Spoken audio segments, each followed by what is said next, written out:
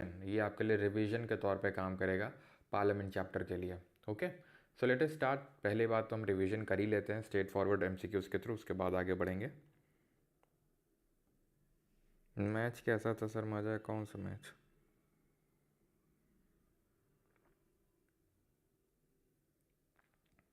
कल current affairs हुए थे नवंबर मंथ के। हाँ हाँ हाँ, आज तो बस 89 और 90 जोड़ना है बस। Yes, joint 1 week before covering with recording in 1 daily class. Great, ठीक, ऑल राइट। तो शुरू करें। The Indian parliament consist of the president, the Lok Sabha and the dash. तो क्या क्या आता है? प्रेसिडेंट आता है, लोकसभा आता है और राज्यसभा आता है। Okay, the Rajya Sabha is a permanent house, 1/3 of its members retire after every 2 years। Both are true in statement. To correctly explain this statement, Hindi में पढ़ देता हूँ। राज्यसभा एक स्थायी सदन है, एक स्थायी सदन है। दूसरा स्टेटमेंट है, 1/3 जो सदस्य हैं 2 साल में रिटायर होते रहते हैं। दोनों ही सही स्टेटमेंट है, ठीक है, दोनों सही है और उसको सही एक्सप्लेन कर रहा है। यहाँ पर हर मेंबर का टर्म यहाँ पर 6 years का होता है। Each members term is of 6 years। लेकिन राज्यसभा का एज सच कोई टर्म नहीं होता, it is a permanent house और इसका एज सच कोई स्पेसिफिक टर्म नहीं होता है। मेंबर्स का टर्म होता है 6 साल का। थर्ड क्वेश्चन है, the maximum strength of the Lok Sabha is dash members. तो मैक्सिमम स्ट्रेंथ कितनी होती है लोकसभा की? 452, 550, 442 या फिर 552। तो पहले 552 होती थी, लेकिन अभी 550 हो चुकी है, जिसमें कि 530 लोग स्टेट से आते हैं यानी राज्यों से, और 20 लोग यूटी से आते हैं यानी कि केंद्र जो शासित प्रदेश है वहाँ से। The president can summon a joint session और joint sitting of the parliament. Joint sessions are generally called to pass constitutional amendment bills. Both are true, both are false. Statement 1 is true, 2 is false, 1 is false, 2 is true, and option number is, चलो तो president can summon a joint session of parliament, yes. Under which article of the constitution, किस अनुच्छेद के तहत? Joint session are called to pass the constitutional amendment bill, this is completely wrong. Constitutional amendment bill और money bill यानी धन विधेयक और संवैधानिक संशोधन जो अधिनियम होते हैं, विधेयक होते हैं, उसके लिए कभी भी जॉइंट सीटिंग यानी कि संयुक्त बैठक नहीं बुलाई जा सकती है अंडर आर्टिकल नंबर 108। ये सिर्फ और सिर्फ ऑर्डिनरी बिल के केस में बुलाई जा सकती। तो पहला ट्रू होगा, दूसरा फॉल्स होगा। That means option number C would be the correct answer, ठीक है। Fifth, the Rajya Sabha is also known as the permanent house, the upper house and the elders house. The Lok Sabha has more powers than Rajya Sabha in matters of money bill. Rajya Sabha can reject a money bill. बताइए, सारे lecture क्या upload होंगे? Lecture 5 के notes upload नहीं है, होंगे तो ऐसा तो हो ही नहीं सकता लेक्चर 5 के नोट्स अपलोड ना हो, इतना पुराना हो चुका है वो। ज़रा ध्यान से चेक करिए, है ना। सर कल मैं नहीं आ पाई थी, क्या हुआ था प्लीज़ बताइए। कल तो आपने मिस कर दिया। कल ही तो था एक मेन लेक्चर, कल ही था सबसे इम्पॉर्टेंट लेक्चर, तो वहीं से आने वाले थे 8-10 क्वेश्चन तो। Lok Sabha has more powers than Rajya Sabha in matters of money bill, yes. क्यों स्पेशल पावर होते हैं? बिकॉज लोकसभा में ही जो मनी बिल है वो ओरिजिनेट हो सकता है, यहीं पे ओरिजिनेट हो सकता है। राज्यसभा में जाएगा, बिल्कुल जाता है, ऐसा नहीं है कि जाता नहीं है, लेकिन इसके पास रिजेक्ट करने की पावर नहीं है, सिर्फ रिकमेंडेटरी पावर है, ये रिकमेंड कर सकता है, ठीक है। तो दूसरा गलत, यहाँ पर ऑप्शन नंबर बी ट्रू हो जाएगा। The speaker of Lok Sabha is elected by the. तो स्पीकर ऑफ लोकसभा, तो आपको पता है ना कि मनी बिल लोकसभा में ओरिजिनेट हो सकता है, राज्यसभा के पास जाएगा, 14 दिन का टाइम होता है, 14 डेज़ का टाइम होता है। अगर पास कर दिया तो ठीक है, और अगर रिकमेंडेशन सिर्फ दे सकता है, और वो लोकसभा के ऊपर डिपेंड करता है उसको एक्सेप्ट करे ना करे। It totally depends on the Lok Sabha, ठीक है, ऑल राइट।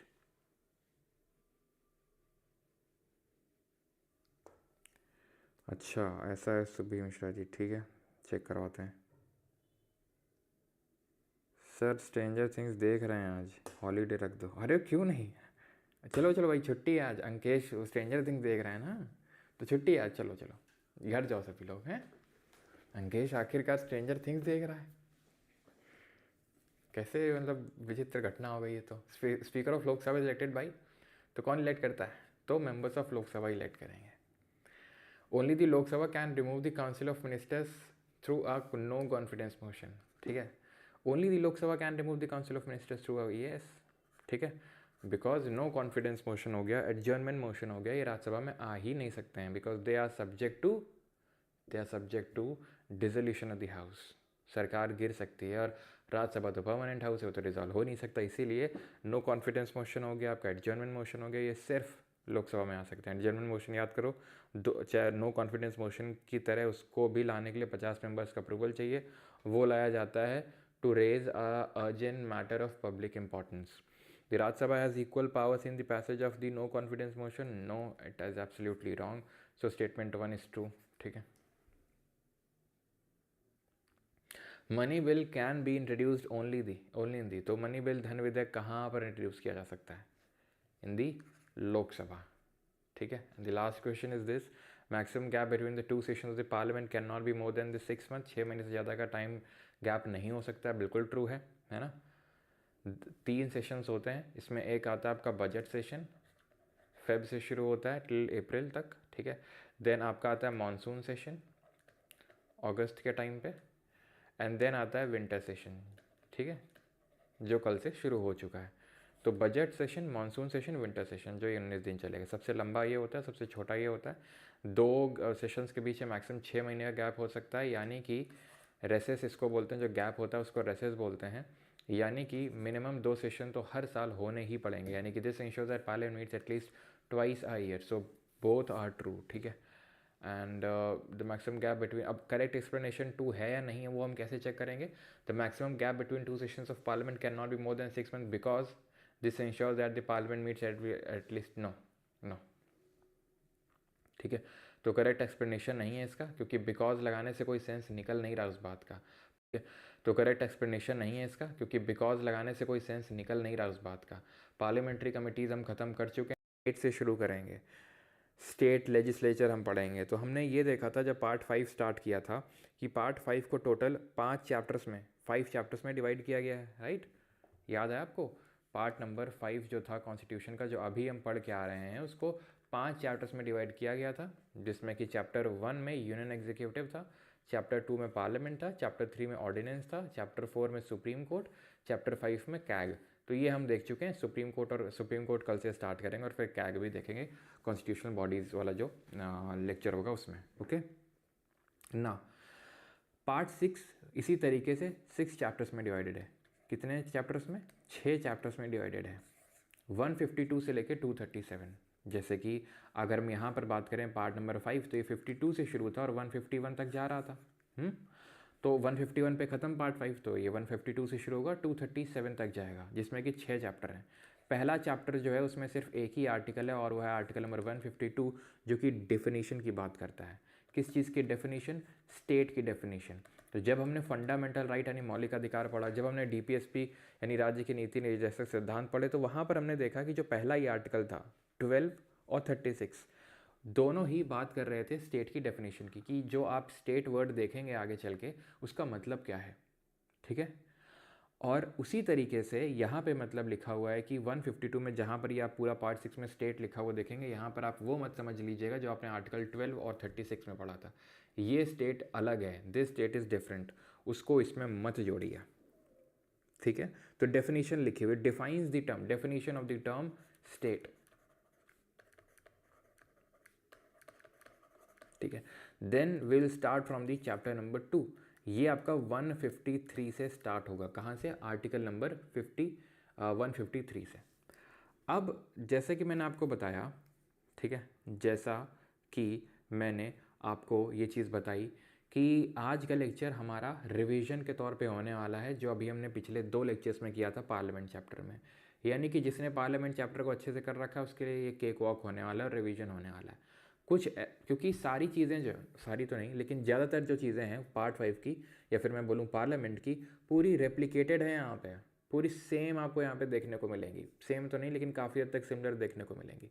बस कहीं कहीं पे चेंजेस है, कहीं कहीं पे छोटे छोटे बदलाव हैं, चेंजेस हैं, जिनको कि यहाँ पर हम देख लेंगे कि क्या चेंजेस हैं। चेंजेस पे हमें थोड़ा सा गौर फरमाना है, चेंजेस को हमें थोड़ा सा अच्छे से नोटिस करके याद करना है। बाकी तो सारी चीज़ें सेम ही है।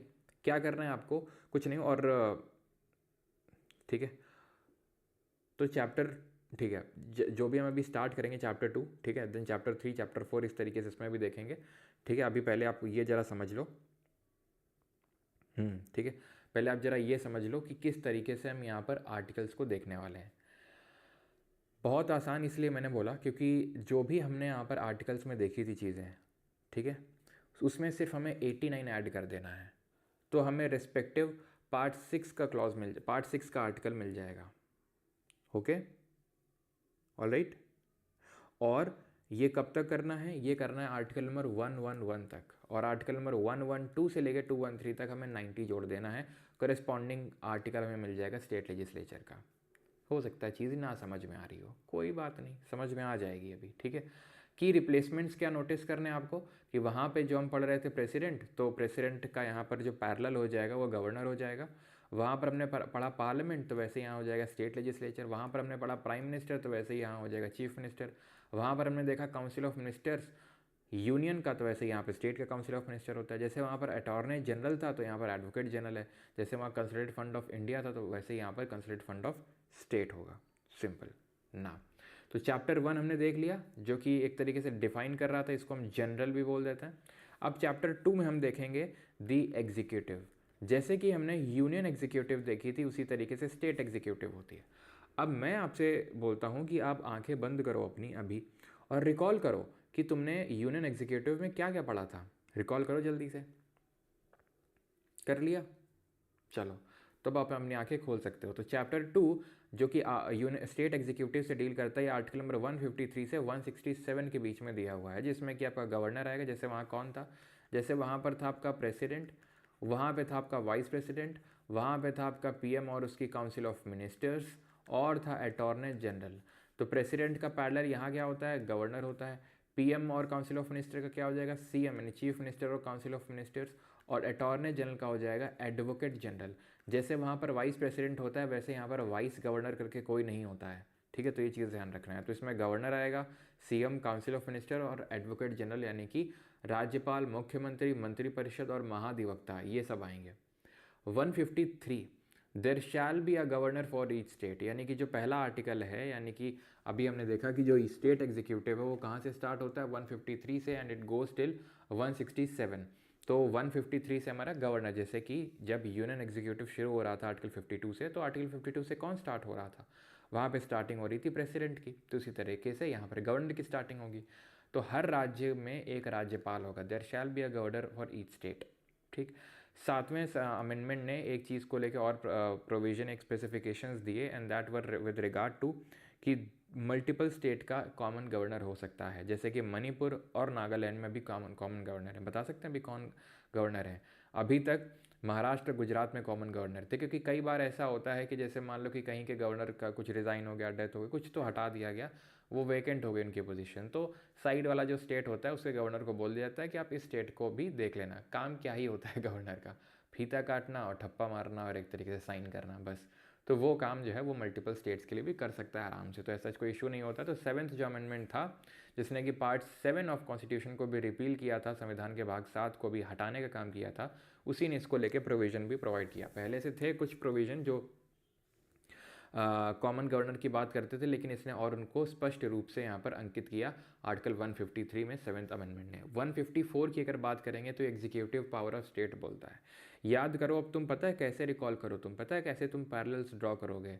जैसे वहाँ पर 52 था, तो जो 52 में लिखा था वही 153 में लिखा हुआ है, यानी जो 52 में लिखा हुआ था वही क्या करना है, यहाँ पर एक जोड़ना है और यहाँ पर एक जोड़ना है, तो 153 वही 153 में हो जाएगा। जो वहाँ 53 में लिखा हुआ तो वो यहीं वो 154 में लिखा हुआ है। वहाँ पे क्या लिखा हुआ था 53 में कि जो यूनियन एग्जीक्यूटिव है उसका हेड होगा प्रेसिडेंट, यानी कि संघ की कार्यपालिका का अध्यक्ष होगा राष्ट्रपति, यानी कि सारे काम राष्ट्रपति के नाम पे होंगे। उसी तरीके से executive power of state vest in governor, ये 154 में लिखा हुआ है। राज्य की कार्यपालिका शक्ति राज्यपाल में निहित होती है, कैन बी एक्सरसाइज डायरेक्टली और थ्रू सबऑर्डिनेट ऑफिसर्स। अभी देखेंगे कैसे एक्सरसाइज करते हैं, तो डायरेक्टली कर सकते हैं या सबऑर्डिनेट ऑफिसर्स के थ्रू, ठीक। 155 में आते हैं, अपॉइंटमेंट ऑफ गवर्नर की बात करता है, राज्यपाल की नियुक्ति की बात करता है। Governor is appointed by the president bye warrant under his hand and seal. राज्यपाल की नियुक्ति राष्ट्रपति द्वारा उनके हस्ताक्षर और मुहर के तहत वारंट द्वारा की जाती है। अब गवर्नर की इलेक्शन नहीं होती है, ठीक है, ना तो डायरेक्ट और ना तो इनडायरेक्ट। जैसे प्रेसिडेंट जो है वो इलेक्टेड तो है, भले डायरेक्टली ना हो, लोगों ने डायरेक्टली वोट ना दिया हो, लेकिन इनडायरेक्ट इलेक्शन तो हुआ है। गवर्नर की इलेक्शन नहीं होती है, गवर्नर की सिर्फ अपॉइंटमेंट हो जाती है बाय द प्रेसिडेंट। अब इस पर्टिकुलर अपॉइंटमेंट में कुछ कन्वेंशन फॉलो किए जाते हैं। कन्वेंशन का मतलब है कहीं लिखा नहीं है, ना तो संविधान में ना कहीं पे, लेकिन एक रूल फॉलो, कन्वेंशन फॉलो किया जाता है। जैसे पहला, जैसे कन्वेंशन वो फॉलो किया जाता चला आ रहा था कि स्पीकर रूलिंग पार्टी से होगा लोकसभा में और डिप्टी स्पीकर ऑपोजिशन पार्टी से होगा। लेकिन क्योंकि कन्वेंशन था कहीं लिखा नहीं था, तो बीजेपी ने बोल दिया 2019 में कि भाई ऐसा तो कहीं लिखा नहीं है, तो डिप्टी स्पीकर भी हमारी पार्टी से होगा। इस चीज़ को लेकर विपक्ष को नाराज़ हो गया और तब से डिप्टी स्पीकर की जो पोजीशन है वो वैकेंट पड़ी हुई है, खाली पड़ी हुई है। ओके, सो कन्वेंशन यहाँ पे ये है कि जो गवर्नर जिसको अपॉइंट किया जा रहा है, he should not be domiciled in that state, यानी उस स्टेट का उसका डोमिसाइल ना होना चाहिए, domiciled in that state, so that कि वो अपने खुद को फेवर ना करे, इसलिए उस स्टेट उस पर्टिकुलर राज्य का नहीं होना चाहिए। एंड दूसरा है कि सीएम शुड बी कंसल्टेड। ये कन्वेंशन तो शायद ही फॉलो किया जाता होगा कि चीफ मिनिस्टर की should be consulted. Should be क्या, अब मतलब सीएम टू बी कंसल्टेड आप बोल सकते हो, कन्वेंशन है। क्योंकि आप खुद ही सोचो, तमिलनाडु का जब गवर्नर अपॉइंट किया जा रहा होगा तो चीफ मिनिस्टर की रिकमेंडेशंस क्या कंसल्टेशन ली गई होगी, या फिर जहाँ पर भी ऑपोजिशन की पार्टी, जैसे जहाँ कांग्रेस का रूल है जहाँ, तो वहाँ बीजेपी यानी कि सेंटर है, क्योंकि ऑब्वियस बात है प्रेसिडेंट कर रहे हैं, प्रेसिडेंट किसकी सुनेगा, गवर्नमेंट की सुनेगा, है ना। काउंसिल ऑफ मिनिस्टर के बिना तो कुछ नहीं करेगा, चाहे वो भले अपॉइंटमेंट ऑफ गवर्नर ही क्यों ना हो। तब भी मैंने आपको पहले भी बताया था, अगर मान लो कल को गवर्नमेंट चेंज हो जाए, नई सरकार आ जाए, मान लो कांग्रेस की सरकार आ जाए, शायद ही कोई गवर्नर बचे, सारे हट जाएंगे विद इन अ वीक, हफ्ता भर लगेगा, सारे गवर्नर हटेंगे, सारे नए अपॉइंट हो जाएंगे। टाइम नहीं लगता है इन सारे कामों में, ठीक है। वो तो रिजल्ट आने में टाइम लगता है, लेकिन जो अपने एग्ज़ाम के रिजल्ट होते हैं, लेकिन इन सब में टाइम नहीं लगता है, ठीक है। तो यहाँ पे सीएम को क्या ही कंसल्टेशन ली जाती होगी, लेकिन हाँ एक कन्वेंशन है कि उस राज्य का नहीं होना चाहिए और उसकी कंसल्टेशन जो है चीफ मिनिस्टर की उस राज्य की लेनी है, लेकिन एक कन्वेंशन है, कहीं लिखा नहीं है कॉन्स्टिट्यूशन में ना। 156 पे आते हैं, governor holds office during the pleasure of the president. राज्यपाल राष्ट्रपति की इच्छा प्रसाद पर्यंत पद धारण करते हैं। इसका मतलब ये है कि राज्यपाल तब तक ऑफिस में रहेंगे जब तक राष्ट्रपति को प्लेजर देते रहेंगे। कैसा प्लेजर, देखो मैंने आपको बताया था प्लेजर ऑफ प्रेसिडेंट बहुत जगह हमारा कॉन्स्टिट्यूशन में लिखा और ये वहीं लिखा है जहाँ पर उस पर्टिकुलर ऑफिस का रिमूवल प्रोसीजर मेंशन नहीं है कि इस पर्टिकुलर पोजीशन वाले व्यक्ति को कि किस तरीके से उसको रिमूव किया जाएगा, ऑफिस से हटाया जाएगा। तो जैसे प्रेसिडेंट का लिखा हुआ है, वाइस प्रेसिडेंट का लिखा हुआ है, ठीक है, लेकिन हमने देखा था मिनिस्टर्स का नहीं लिखा हुआ था, है ना। जो हमारे काउंसिल ऑफ मिनिस्टर का इनका प्रोसीजर लिखा हुआ कि इस तरीके से हटेंगे, तो इसीलिए वो भी प्लेजर ऑफ प्रेसिडेंट तक सर्व करते हैं। लेकिन दैट डज नॉट मीन कि जब प्रेसिडेंट का मन आएगा तब काउंसिल ऑफ मिनिस्टर को हटा देगा, पूरा लोकसभा डिजॉल्व कर देगा, नहीं। जब तक उनके पास बहुमत है वहाँ पर, दैट इज़ जो सरकार है उसके पास अगर लोकसभा में जब तक बहुमत है तब तक राष्ट्रपति कुछ नहीं कर सकता है। उसी तरीके से in the same manner, okay, in the same manner अगर हम गवर्नर की बात करेंगे तो प्लेजर ऑफ प्रेसिडेंट तक रहता है, लेकिन वहाँ पे ये है कि जब तक लोकसभा में उनका बहुमत है तब तक उनको हटाया नहीं जा सकता, लेकिन गवर्नर के लिए ऐसा कोई प्रोविज़न नहीं है, ठीक है। यानी कि प्रेसिडेंट जब चाहे तब इसको हटा सकता है काउंसिल ऑफ मिनिस्टर की एडवाइस पे। गवर्नर में address is resignation to president, यानी कि राज्यपाल अपना त्यागपत्र राष्ट्रपति को भेज सकते हैं। टर्म इनका 5 साल का होता है from the date of assuming the office, ठीक है, 5 साल का इनका टेन्योर होता है, टर्म होता है। रेजिग्नेशन प्रेसिडेंट को दे सकते हैं और प्लेजर ऑफ प्रेसिडेंट तक सर्व करते हैं। क्वालिफिकेशंस क्या है अपॉइंटमेंट एज गवर्नर की, तो एक तो भारत का नागरिक होना चाहिए और 35 साल की उम्र हो गई होनी चाहिए। जैसे कि हमने लोकसभा में देखा था, तो लोकसभा में मिनिमम एज कितनी थी ज़रा बताइए, राज्यसभा के लिए कितनी थी, प्रेसिडेंट के लिए कितनी थी, और वाइस प्रेसिडेंट के लिए कितनी थी, राष्ट्रपति और उपराष्ट्रपति के लिए कितनी थी, बताइए।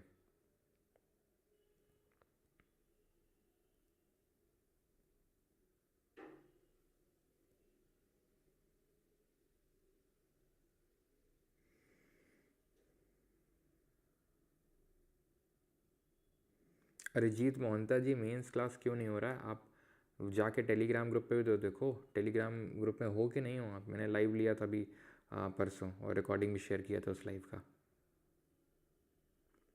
ऐसा नहीं गवर्नर एक ही बार बन सकता है, मल्टीपल टाइम्स बन सकते हैं, कोई ऐसा लिमिटेशन नहीं है। चलो, तो लोकसभा का मिनिमम एज था 25, 25, राज्यसभा का 30 और प्रेसिडेंट और वाइस प्रेसिडेंट का 35। अब आते हैं conditions of governors office. President की कंडीशन ऑफ ऑफिस कहाँ लिखी हुई थी, किस पर्टिकुलर आर्टिकल में लिखी हुई थी, जरा बताइए। तो कंडीशन ऑफ गवर्नर्स ऑफिस है कि governor can not be a member of parliament और स्टेट लेजिस्लेचर, यानी कि राज्यपाल संसद या राज्य विधानमंडल का सदस्य नहीं हो सकता है। Must vacate his seat before entering office, यानी कि वो मेंबर नहीं हो सकता, और अगर है तो कोई लोड लेने वाली बात नहीं है, लेकिन उसको अपना ऑफिस छोड़ना होगा, अपनी सीट खाली करनी होगी।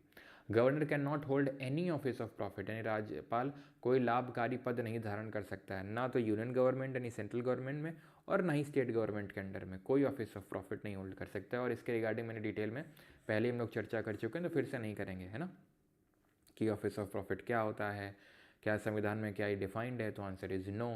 ठीक है, तो ये सारी चीज़ें हम पहले डिस्कस कर चुके हैं पार्ट 5 में। Governor is entitle to use official residence without rent, emoluments and privileges as determined by the parliament. तो ध्यान रखना, ये काफ़ी इंपॉर्टेंट चीज़ है कि इसके जो एमोल्यूमेंट, भत्ता और प्रिविलेजेस हैं वो स्टेट लेजिस्लेचर डिटरमाइन नहीं करेगा। कौन करेगा? पार्लियामेंट डिटरमाइन करेगा, संसद डिसाइड करेगा। और अगर मल्टीपल स्टेट में कॉमन गवर्नर है तो किस तरीके से सैलरी शेयर होगी वो प्रेसिडेंट डिसाइड करेगा। मान लो कि जैसे महाराष्ट्र का भी है और गुजरात का भी है, ठीक, कोई गवर्नर, तो उस केस में, ऐसे केस में प्रेसिडेंट डिसाइड करेगा कि महाराष्ट्र कितना देगा और गुजरात कितना पैसा देगा सैलरी और एमोल्यूमेंट का। Emolument and allowances can not be reduce during his tenure, कार्यकाल के दौरान पारिश्रमिक और भत्तों में कटौती नहीं की जा सकती है। ठीक है, चलो। ओथ और अफर्मेशन, शपथ कौन दिलाता है? तो शपथ दिलाते हैं chief justice of high court. ठीक है, और अगर वो नहीं होंगे तो जो सीनियर मोस्ट जज हैं हाई कोर्ट के वो दिलाएंगे। ठीक है, ये चीफ मिनिस्टर नहीं दिलाते हैं, ध्यान रखना। ये एक नाथ शिंदे, ये देवेंद्र फडणवीस जी हैं। ठीक है, कितने भोले भाले से लगते हैं, सीधे साधे से। और इनकी वाइफ जो है सनातन धर्म का प्रचार करती हैं काफ़ी अच्छे से, जोरों शोरों से। तो आगे बढ़ते हैं 160 पे। Discharge of governance function in contingencies, आपात परिस्थितियों में राज्यपाल के कार्यों का निर्वहन। President can appoint a person to discharge function of governor during contingencies, यानी कि अगर मान लो कुछ ऐसा परिस्थिति, आपात परिस्थिति हो गई है तो उस समय राज्यपाल के काम कौन करेगा, ये राष्ट्रपति डिसाइड करेगा। जैसे मान लो ये अपना डॉली चावला है, राष्ट्रपति बनेगा, गवर्नर बनेगा, मतलब राष्ट्रपति पूछेगा। ठीक है, तो किसी को भी बनाया जा सकता है आपातकाल स्थितियों में। क्या नो बफरिंग हो रहा है?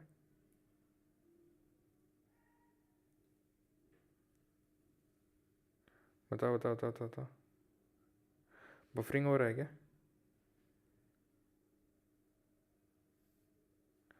क्या हुआ भाई, वॉइस में बफरिंग हो रहा है क्या? Power of governor to grant pardons, राज्यपाल को क्षमा देने का अधिकार। तो government can grant pardon, reprieve, respite, remission और कम्यूट सेंटेंसेस। राज्यपाल क्षमादान, लघुकर, परिहार, विराम, विलंबन में कमी दे सकता है। तो कल हमने देखा था कि अगर आपको ऑल गुड, ओके, ठीक है, तो हमने देख चुके हैं पहले ही कि पार्डन, रिप्राइव, रेस्पाइट, रेमिशन, कम्यूट में क्या अंतर होता है। ठीक है, फिर से मत पूछना, रिवाइज करवा देता हूँ। कैसे याद किया था? पीसीएम और एमएसपी, पीसीएम और MSP, pardon, commute, remission, respite, reprieve. जा सिमरन जी ले अपनी ज़िंदगी, फॉर्म ऑफ पनिशमेंट चेंज कर दी, फॉर्म चेंज नहीं करी है, सिर्फ ड्यूरेशन कम कर दी है। ड्यूरेशन कम करी है कुछ स्पेशल ग्राउंड की वजह से, जैसे कि हेल्थ ग्राउंड हो सकते हैं। टेम्प्रेरी होल्ड लगाया पनिशमेंट पे, रेप्राइव है यह। ठीक, तो ये हमने पढ़ा था। ये सारे काम गवर्नर भी कर सकता है, राज्यपाल भी कर सकता है। ठीक, अगर स्टेट लॉज के तहत किसी को सेंटेंस सुनाया गया है तो। लेकिन ये दो काम नहीं कर सकता है, एक तो मृत्युदंड को पार्डन नहीं कर सकता है, क्षमा नहीं कर सकता है, और मार्शल कोर्ट सेंटेंसेस को पार्डनिंग पावर का यूज़ नहीं कर सकता है। यानी कि अगर किसी को फांसी की सज़ा मिली है तो वो गवर्नर के पास नहीं, वो राष्ट्रपति के पास ही जा सकता है, चाहे भले किसी लॉ, चाहे स्टेट लॉ के तहत ही क्यों ना मिली हो। और अगर सैन्य न्यायालय का कोई निर्णय आया है और उसमें उसको जो कुछ राहत चाहिए तो अगेन प्रेसिडेंट, क्योंकि president is the supreme commander of all the defence forces. उस केस में जो गवर्नर है वो कुछ नहीं कर सकता है। 162 extent of executive power of the state, राज्य की कार्यकारी शक्ति का विस्तार दिया हुआ है यहाँ पर। जैसे कि अगर आपको याद आ रहा हो तो आर्टिकल नंबर 73 यूनियन के एग्जीक्यूटिव पावर के बारे में बात करी गई थी कि extent of executive power of the union, उसी तरीके से 162 में है, उसी तरीके से 162 में है। जो 73 में लिखा हुआ था वही इसमें है, यानी कि आपको क्या कर देना है, 89 ऐड कर देना है। 9 3 12 8 7 15 और एक 16, 162। अब बस 89 का काम तुम शुरू करो। 73 में ये था, 74 में क्या था, मैं पूछता हूँ तुमसे, पूछता है भारत, बताओ 74 में क्या था। आर्टिकल 74 में there shall be a council of minister, एक मंत्री परिषद होगा, headed by prime minister to aid and advise the president who shall act in such advice. यानी कि एक मंत्री परिषद होगा जिसका अध्यक्ष प्रधानमंत्री होगा। किस लिए होगा, ताकि वो राष्ट्रपति को डे टू डे वर्किंग में रिकमेंडेशन दे सकें, और वो रिकमेंडेशन बाइंडिंग होगी। किस अमेंडमेंट ने बाइंडिंग करी थी अब बताइए। उसी तरीके से इसमें 89 ऐड करोगे तो 163 मिलेगा, सिंपल वही है। Council of ministers headed by chief minister to aid and advise the governor, मुख्यमंत्री के नेतृत्व वाली मंत्री परिषद राज्यपाल की सहायता करती हैं और उन्हें परामर्श देती हैं। ठीक है, जैसे ये है chief minister, deputy minister, Hafi David भाई देख रहे हो, मतलब तुम लोग मतलब पॉलिटी की पढ़ाई कर रहे हो, ये वो सारी चीज़ें हैं, इंग्लिश की वोकैबुलरी याद कर रहे हो, फलाना ढिमका।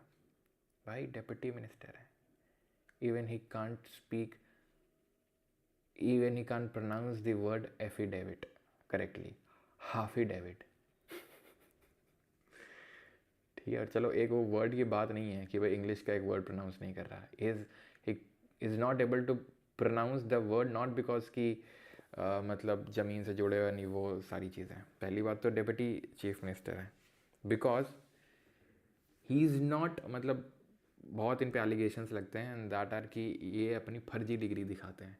एक्चुअल में ये कुछ इन्होंने ग्रेजुएशन वगैरह कुछ नहीं कर रखा है। जब इनसे पूछा गया उसी चीज़ को लेके, तो कुछ स्ट्रेट फॉरवर्ड जवाब भी नहीं देते हैं। क्या जवाब देते हैं, हाफी डेविड में है, हाफी डेविड में देख लो। खैर, तो तुम समझ रहे हो, यानी कि तुम काफ़ी योग्य हो, बस तुम अपनी पार्टी बना के चुनाव नहीं लड़ रहे हो। लड़ जाओ भाई चुनाव, तुम इस बार हम बता रहे हैं, वोट तो काटो इन सबका कम से कम और क्या, जब तुम्हें तैयारी कर सकते हो तो एक पार्टी बना के फाइल कर दो। 25 साल की तो उम्र चाहिए। अरे जब मैथिली ठाकुर हो सकती है तो तुम भी कर सकते हो। जैसे 25 साल के हो जाओ तुरंत फाइल कर दो, कम से कम इन लोगों का वोट तो काटो। अरे तुम्हारे घर वाले तुमको देंगे, आसपास वाले दे देंगे, भले मजाक उड़ेगा तो क्या होगा, हो सकता है कि तुक्के तुक्के में लग जाए तुक्का, ट्राई तो करके देखो क्यों।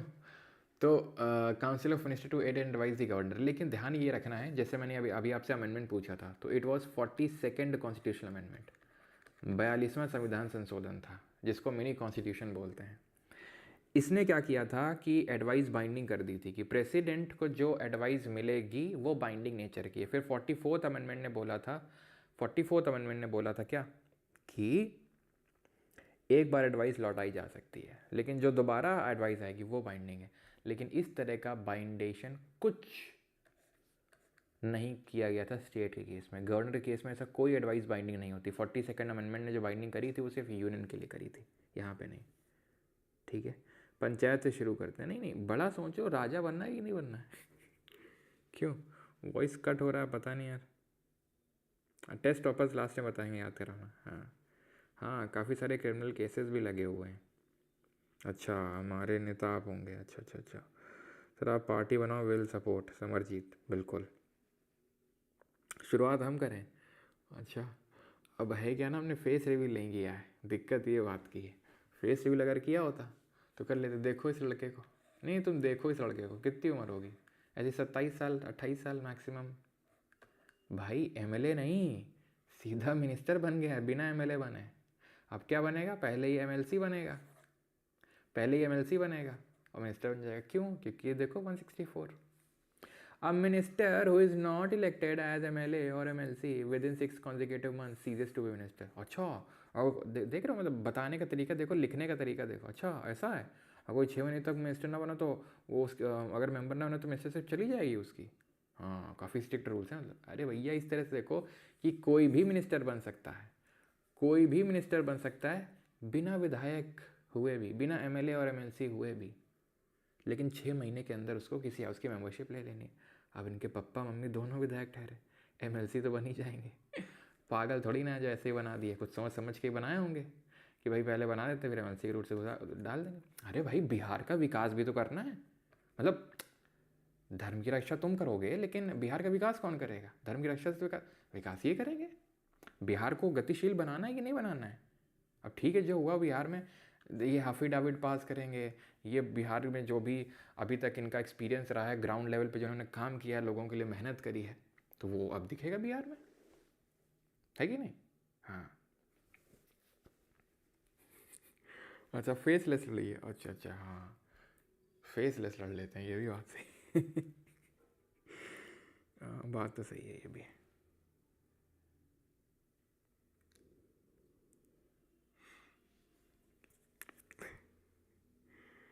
सर जैसे 74 आर्टिकल में सब पॉइंट्स थे, वैसे इसमें भी होता है। यस यस, सेम है। 75 का क्लॉज, जैसे 75 में तुम 89 ऐड करोगे मिलेगा, 89 ऐड करना है तुमको अभी। ठीक है, पहला क्या था कि प्राइम मिनिस्टर की अपॉइंटमेंट प्रेसिडेंट करेगा, तो चीफ मिनिस्टर की अपॉइंट गवर्नर करेगा। अदर मिनिस्टर की अपॉइंटमेंट भी प्रेसिडेंट ही करेगा, लेकिन प्राइम मिनिस्टर की एडवाइस पे, तो यहाँ सीएम की एडवाइस पे। Council of ministers collectively responsible to lower house, वहाँ लोकसभा था, यहाँ लेजिस्लेटिव असेंबली है। फिर आप लड़ो सीरियस, आप लड़ो सीरियस, 2 वोट नहीं दोगे, आप लड़ो सीरियस। इतने लोग तो लड़े थे बिहार में, वो प्रोफेसर लड़े थे, वो तो जीत नहीं पाया, हम कहाँ से जीत जाएंगे? और ठीक है, माना कि इतने लोग हैं 2 मिलियन, लेकिन सब बिखरे हुए हो ना, कोई बिहार में, कोई यूपी में, कोई हरियाणा में, कोई राजस्थान में, कोई एमपी में है ना, कोई गुजरात में है, कोई नॉर्थ ईस्ट में है, कोई साउथ में है। अब एक जगह होते एक स्टेट में तो लड़ भी लेते, क्यों? सर जी कट्टर कांग्रेसी हैं बेटा, हम तो कांग्रेसी नहीं है, लेकिन तुम पक्का कट्टर बीजेपी वाले हो, ये तो पक्की बात है। हम्म, क्योंकि अगर हम कट्टर कांग्रेसी होते तो कल हम तारीफ ना कर रहे होते कि सरकार ने जो है डिफेंस एक्सपोर्ट एकदम हमारे काफ़ी ज़्यादा सर्ज कर रहे हैं, मतलब डिफेंस प्रोडक्शन काफ़ी सर्ज कर रहा है, तो हम सरकार की तारीफ ना कर रहे होते हैं, क्योंकि हम न्यूट्रल हैं। ठीक है, और क्योंकि जो सरकार है उससे हमें क्वेश्चन करना चाहिए, जो सरकार बैठी हुई है, खुद तो करना नहीं है, और जो कोई कर भी रहा है उसको, अभी ये मुसलमान तो दिख नहीं रहा है, कांग्रेसी है ये, पाकिस्तान चले जाओ। क्यों? अगर कांग्रेस आएगी तो कांग्रेस को लतेड़ा जाएगा जो आएगी, जिससे क्वेश्चन, और अगर अच्छा काम करेगी सरकार, ठीक है, जैसे कि मान लो नीतीश जी हैं, नीतीश जी ने, लालू जी ने जो रेड मार के रखी थी, ठीक है, जो गुंडा राज चल रहा था उससे सुशासन राज लाए, तो उसके लिए इनकी तारीफ करी जाती है। अब जो नहीं किए तो उसके लिए क्वेश्चन पूछा जाएगा कि नहीं पूछा जाएगा? ना ना ना, वो मत करिए, हमने जो है इनका नमक खाया है, हम इनकी चाटेंगे मरते दम तक, क्योंकि हमने इनका नमक खाया है। अब हमारे मम्मी पापा को गाली दे दो, लेकिन इनको गाली मत देना, हमारे आका हैं ये। चाहे भले कुछ करेंगे नहीं, अपने बच्चे के लिए सब कुछ कर देंगे, लेकिन बोल मत देना कुछ उनके लिए। सड़ चुका है बेटा तुम्हारा दिमाग, समझ रहे हो तुम, अगर ऐसी तुम्हारी सोच है तो। और यहाँ पर अपनी भक्ति मत दिखाना, चाहे कांग्रेस की हो, चाहे बीजेपी की हो, चाहे किसी भी पार्टी की हो, फैक्ट पे बात करना, है ना। तो कह रहे salaries and allowances determined by state legislature, वेतन और भत्ते राज्य विधानमंडल द्वारा निर्धारित किए जाते हैं। वहाँ पर कौन डिसाइड कर रहा था? पार्लियामेंट डिसाइड कर रहा था। अब आपने एक चीज़ नोटिस करी, कुछ नोटिस किया आपने यहाँ पे, एक क्लॉज कम है, वो कौन सा क्लॉज है? आइडेंटिफाई करो जरा, आइडेंटिफाई करो जरा यहाँ पर कौन सा क्लॉज यहाँ पर कम है। तो वहाँ पर ये था आपका 75 क्लॉज 1। क्लॉज 2 में क्या था? इंडिविजुअल रिस्पॉन्सिबिलिटी थी, जो कि यहीं पर है, वहाँ पर इंडिविजुअल रिस्पॉन्सिबिलिटी थी क्लॉज 2 में, 75 क्लॉज 2, कि council of minister are individually responsible to president. ठीक है, they hold office till the pleasure of president, तो वो उसके लिए अलग से यहाँ पर क्लॉज नहीं है। तो ये चीज़ है। ओथ कौन दिलाएगा? गवर्नर दिलाएगा, तो ये चीज़ ध्यान रखनी है। सैलरी अलाउंसेस वहाँ कौन डिसाइड करेगा? तो वहाँ पर पार्लियामेंट डिसाइड कर रहा था, तो यहाँ पर स्टेट लेजिस्लेचर डिसाइड करेगा, सिंपल सी बात है। 165 पे आते हैं, तो वहाँ पर क्या था? 75 के बाद 76 था, कौन आ रहा था? अटॉर्नी जनरल आ रहा था। वो कौन था? हाईएस्ट लॉ ऑफिसर था कंट्री का। उसी तरीके से यहाँ एडवोकेट जनरल आएगा, राज्य का महाधिवक्ता आएगा, ये हाईएस्ट लॉ ऑफिसर होता है स्टेट का। ठीक है।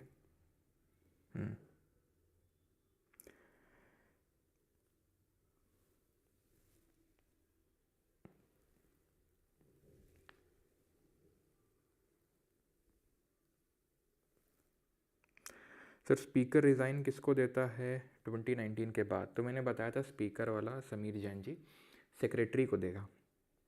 बिल्कुल सही क्वेश्चन है कि डेप्यूटी स्पीकर तो है नहीं, ठीक है, वो डेप्यूटी स्पीकर तो है नहीं, स्पीकर डेप्यूटी स्पीकर को, डेप्यूटी स्पीकर स्पीकर को देगा, लेकिन क्योंकि डेप्यूटी स्पीकर तो है नहीं तो वो सेक्रेटरी को देगा, ठीक है, okay. Appointed by governor must be qualified to be a high court जज। तो वहाँ पर हमने देखा था कि जो अटॉर्नी जनरल है वो कौन होता है, वो किसके द्वारा अपॉइंट किया जाता है? By the president. राष्ट्रपति अपॉइंट करेगा किसको? President will appoint the attorney general. तो उसी तरीके से गवर्नर करेगा। वहाँ पर क्वालिफिकेशन क्या थी? Must be a supreme court जज। यहाँ पर क्वालिफिकेशन क्या है? Must be a high court जज। Advises state government on legal matters. ये स्टेट गवर्नमेंट यानी कानूनी मामलों में राज्य सरकार को परामर्श देता है। ही holds office till the governors pleasure. राज्यपाल की इच्छा तक पद पर रहता है। सेम है जैसे वहाँ अटॉर्नी जनरल था, वो highest law officer of country था, उसी तरीके से हर स्टेट में highest law officer of the state होता है जिसको हम एडवोकेट जनरल बोलते हैं। वो 76 में था, 89 ऐड कर देंगे 165 में हो जाएगा ये, ठीक।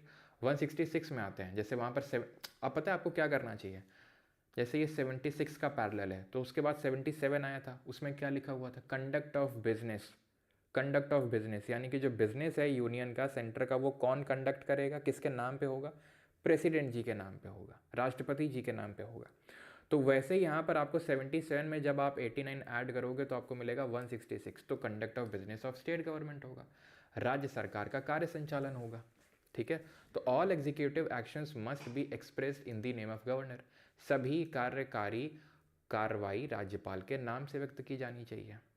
देन उसके बाद 78 आ रहा था। 78 में क्या था? ड्यूटीज़ ऑफ प्राइम मिनिस्टर था, तो वहाँ पर आप 89 ऐड करेंगे 78 में तो आपको 167 मिलेगा।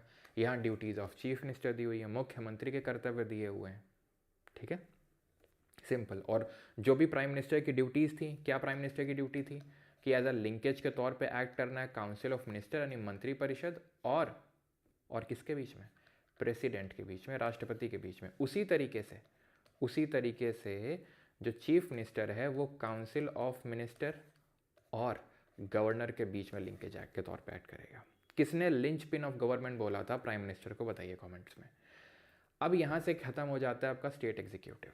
तो मैं फिर से आपको पीछे लेके आता हूँ कि हमने कहाँ से स्टार्ट किया था। हमने स्टार्ट किया था पार्ट 6 ऑफ कॉन्स्टिट्यूशन से। हमने देखा कि पार्ट 1 के चैप्टर 1 में, सॉरी पार्ट 6 के चैप्टर 1 में जनरल दिया हुआ है, सिर्फ एक आर्टिकल है। चैप्टर 2 में 153 से लेके 167 तक दिया हुआ है जो एग्जीक्यूटिव की बात करता है।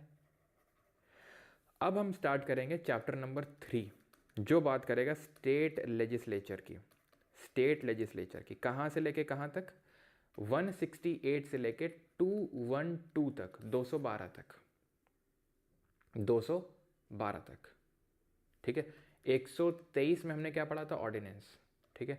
213 में हमने क्या पढ़ा था? Ordinance of governor. तो चैप्टर नंबर जो 4 है उसमें ऑर्डिनेंस ऑफ गवर्नर दिया हुआ है। चैप्टर 5 में हाई कोर्ट है और चैप्टर 6 में सब ऑर्डिनेट कोर्ट है, ठीक है। तो चलो आगे बढ़ते हैं अभी और स्टेट लेजिस्लेचर वाला पार्ट स्टार्ट करते हैं, ओके। चलो तो वहाँ पर हमारा लेजिस्लेचर कहाँ से शुरू हो रहा था? पार्लियामेंट आर्टिकल नंबर 79 से शुरू हो रहा था, ठीक है। वहाँ पर कहाँ से शुरू हो रहा था? आर्टिकल नंबर 79 से शुरू हो रहा था। 89 ऐड करो, 9 9 18, 8 7 15 1 16, 168। आर्टिकल नंबर 168 में दिया हुआ होगा क्या? कॉम्पोजिशन ऑफ स्टेट लेजिस्लेचर, यानी कि राज्य के विधानमंडल का कॉम्पोजिशन दिया होगा यहाँ पर कि जिस तरीके से पार्लियामेंट में आता है लोकसभा, राज्यसभा और प्रेसिडेंट, उसी तरीके से स्टेट लेजिस्लेचर में भी 3 कंपोनेंट होते हैं जो कि हमें आर्टिकल नंबर 168 में से पता चलता है कि every state have a legislature consisting of governor, जिसमें कि लेजिस्लेटिव असेंबली होगी, विधानसभा, विधान परिषद और राज्यपाल। जैसे वहाँ पर था आपका इस तरीके से 79 में क्या था? लोकसभा था, राज्यसभा था और प्रेसिडेंट था। उसी तरीके से स्टेट लेजिस्लेचर में अगर बात करेंगे तो विधानसभा होगी लोकसभा की तरह जो लोअर हाउस होगी, निचला सदन होगा, राज्यसभा की तरह विधान परिषद होगी, लेजिस्लेटिव काउंसिल होगी और प्रेसिडेंट की तरह गवर्नर होगा, राज्यपाल होगा। तो विधानसभा, विधान परिषद और राज्यपाल, ठीक है। अब है क्या कि हर राज्य में, देश के हर राज्य में लेजिस्लेटिव काउंसिल नहीं है, विधान परिषद नहीं है। विधानसभा तो हर राज्य में है, every state of India has a legislative assembly, but council नहीं है राज्य में, सिर्फ 6 राज्यों में है। ऐसा क्यों? क्योंकि अगर किसी राज्य को लगता है, क्या लगता है, कि हमारा काम सिर्फ विधानसभा हैंडल नहीं कर पा रही, हमारे लिए विधान परिषद भी चाहिए, हमारे लिए लेजिस्लेटिव काउंसिल भी चाहिए, तो वो राज्य क्या करता है, अपने हाउस में यानी अपने स्टेट लेजिस्लेटिव असेंबली में, क्योंकि वहाँ असेंबली तो होगी, तो अपनी असेंबली में वो स्पेशल मेजॉरिटी से विशेष बहुमत से एक रेजोल्यूशन पास करेगा। ठीक है, ठीक है, ये 169 में लिखा हुआ है, ये आर्टिकल नंबर 169 में लिखा हुआ है कि पार्लियामेंट जो है वो क्या क्या करेगा, स्टेट की जो लेजिस्लेटिव असेंबली है वो स्पेशल मेजॉरिटी से एक रेजोल्यूशन पास करेगी और बोलेगी पार्लियामेंट को, बस ध्यान से मेरे शब्दों को पकड़ के चलना, शब्दों को, ठीक है, कि वहाँ की जो विधानसभा है स्पेशल मेजॉरिटी से विशेष बहुमत से एक रेजोल्यूशन पास करेगी और वो पार्लियामेंट को ये चीज़ बोलेगी कि आप हमारे लिए एक विधान परिषद क्रिएट कर दो। ठीक, या अगर पहले से क्रिएटेड है तो उसको एबॉलिश कर दो, अब हमें ज़रूरत नहीं है। तो ये काम पार्लियामेंट करेगा। कब करेगा? जब वहाँ की उस राज्य की असेंबली ने बोला हो पार्लियामेंट को करने से, वो भी स्पेशल मेजॉरिटी से। क्या पार्लियामेंट को मैंडेटरी है कि वो करे? ऐसा नहीं है। जैसे क्या पार्लियामेंट को असेंबली ने बोला हो पार्लियामेंट को करने से, नहीं किया है। मान लो कल को बिहार बोले हमें लेजिस्लेटिव काउंसिल नहीं चाहिए, इट डिपेंड्स ऑन पार्लियामेंट कि वो करे ना करे, और उसको करने के लिए पता है सिर्फ सिंपल मेजॉरिटी चाहिए, साधारण बहुमत। मतलब ये है कि majority of present and voting, majority of present and voting, मतलब जितने लोग आए और वोट कर रहे हैं उसका divide by 2+1, this is majority of present and voting. समझ रहे हैं आप? यानी कि वहाँ की विधानसभा बोलेगी स्पेशल मेजॉरिटी से, तब उसको कंसिडर किया जाएगा, और वो पार्लियामेंट पे डिपेंड करता है कि वो करे या ना करे, और करना है तो सिर्फ सिंपल मेजॉरिटी से, यानी कि आर्टिकल नंबर 368 के तहत, अनुच्छेद 368 के तहत कोई संवैधानिक संशोधन नहीं करना पड़ता इसके लिए। ठीक है, देश में अभी तक सिर्फ 6 राज्य ही ऐसे हैं जिनके पास विधान परिषद है खुद की, आंध्र प्रदेश, बिहार, तेलंगाना, महाराष्ट्र, कर्नाटक और उत्तर प्रदेश। इसको हम याद करते हैं ऐसे कबूतम से। कर्नाटक, ठीक, आंध्रा, बिहार, यूपी, तेलंगाना और महाराष्ट्र। ठीक है, एमपी नहीं। तो कबूतम करके हम इसको याद करेंगे और कबूतम से हमें सारे याद हो जाएंगे। सारे राज्यों में विधानसभा है, लेकिन सिर्फ 3 यूटीज़ हैं, सिर्फ 3 केंद्र शासित प्रदेश हैं जहां पर आउट ऑफ 8 हमारे यूटीज़ हैं, उनमें से सिर्फ 3 के पास ही लेजिस्लेटिव असेंबली है। जैसे दिल्ली, अभी आपको पता है चुनाव हुए, रेखा गुप्ता सीएम बनी। ठीक है, क्यों? क्योंकि वहाँ पर असेंबली है, इसलिए चुनाव हुए। ऐसे पुडुचेरी में सीएम है और जम्मू कश्मीर में भी आपको पता है चुनाव हुए और वहाँ पे भी सीएम है। पहले सिर्फ 2 ही यूटीज़ हुआ करती थी, दिल्ली और पुडुचेरी। अब दिल्ली भी है, पुडुचेरी भी है और जम्मू कश्मीर भी है। ठीक है, 8 केंद्र शासित प्रदेशों में से 3 में विधानसभा है। वे कौन सी हैं? दिल्ली, पुडुचेरी और जम्मू कश्मीर। सारे राज्यों में विधानसभा है, लेकिन सिर्फ 3 यूटीज़ हैं जहाँ पर विधानसभा है। सारे राज्यों में विधान परिषद नहीं, सिर्फ 6 में है, और किसी भी यूटी में विधान परिषद यानी लेजिस्लेटिव काउंसिल नहीं है। क्रिएट और अबॉलिश कैसे होती है? ऐसे होती है। तो 79 में कॉम्पोजिशन ऑफ पार्लियामेंट दिया हुआ था, तो 89 ऐड करोगे 168, इसमें कॉम्पोजिशन ऑफ स्टेट लेजिस्लेचर दिया हुआ है। 80 में राज्यसभा दिया हुआ है, तो जैसे वहाँ राज्यसभा होता है तो वैसे यहाँ लेजिस्लेटिव काउंसिल होता है, तो यहाँ लेजिस्लेटिव काउंसिल दिया हुआ है 169 में। फिर 81 में लोकसभा दिया हुआ है, तो उसी तरह 170 में 89 ऐड कर दोगे 81 में, तो 89 ऐड करोगे उसमें तो 170 मिलेगा, तो यहाँ पर लेजिस्लेटिव असेंबली, जैसे वहाँ लोकसभा है तो वैसे यहाँ लेजिस्लेटिव असेंबली है। विधानसभाओं की संरचना, तो legislative assembly not less than 60 and not more than 500 members, यानी कि 60 से लेजिस्लेटिव असेंबली में क्या है कि 500 से ज़्यादा मेंबर्स नहीं हो सकते, सदस्य नहीं हो सकते, और 60 से कम लोग नहीं हो सकते हैं। और यहाँ पर भी डायरेक्ट इलेक्शन से लोगों को चुना जाता है, जो भी मेंबर्स होते हैं। जैसे अभी बिहार में डायरेक्ट इलेक्शन हुए ना, लोगों ने डायरेक्टली जाके वोट दिया ना, तो डायरेक्ट इलेक्शन के थ्रू होता है, यानी वही सेम, क्या same, first past the post system. ठीक है, first pass the post system, first pass the post system, direct election के थ्रू चुनाव होते हैं, प्रत्यक्ष जिसको हम बोलते हैं सीधे चुनाव, प्रत्यक्ष चुनाव होते हैं यहाँ पे। वहाँ पे हमने देखा था लोकसभा के केस में मैक्सिमम 550 मेंबर हो सकते हैं, 550, यहाँ पर मैक्सिमम 500। वहाँ पर मिनिमम कितने हो सकते थे ज़रा बताइए कमेंट में, मिनिमम कितने थे, मिनिमम कितने की लिमिट थी? तो मिनिमम वहाँ पर कुछ रिक्वायरमेंट नहीं थी, लेकिन यहाँ मिनिमम 60 मेंबर्स तो होने ही पड़ेंगे। अब किसी के दिमाग में अगर 15% आ रहा है तो मैं आपको बता दूँ 15% यहाँ पे था, कहाँ पे? यहाँ पे। जैसे वहाँ 75 के क्लॉज 1 सब क्लॉज ए में लिखा हुआ था कि 15% से ज़्यादा, 15% से ज़्यादा काउंसिल ऑफ मिनिस्टर नहीं हो सकते हैं। किस अमेंडमेंट ने ये ऐड किया था ज़रा बताइए? उसी तरीके से 15% ऑफ लेजिस्लेटिव असेंबली जो कि लोअर हाउस है यहाँ पर, उससे ज़्यादा काउंसिल ऑफ मिनिस्टर नहीं हो सकते, ये अपर कैपिंग है। और क्या आपको पता है मिनिमम भी होता है यहाँ पर? लोकसभा में कुछ मिनिमम नहीं था कि इतने minimum council of minister, centre के केस में कोई काउंसिल ऑफ मिनिस्टर में मिनिमम लिमिट नहीं थी कि इतने मिनिस्टर तो होने ही पड़ेंगे, लेकिन यहाँ है 12 मेंबर्स एटलीस्ट होने चाहिए, 12 तो मिनिस्टर होने ही चाहिए विधानसभा में, विधानसभा या विधान परिषद किसी की भी सदस्य हो, लेकिन राज्य में 12 मिनिमम मिनिस्टर होने चाहिए। सेंटर में ऐसा कुछ मिनिमम लिमिटेशन नहीं था। मैक्सिमम वहाँ पे 15% था और यहाँ पर भी मैक्सिमम में 15% का ही लिमिटेशन है, ठीक है?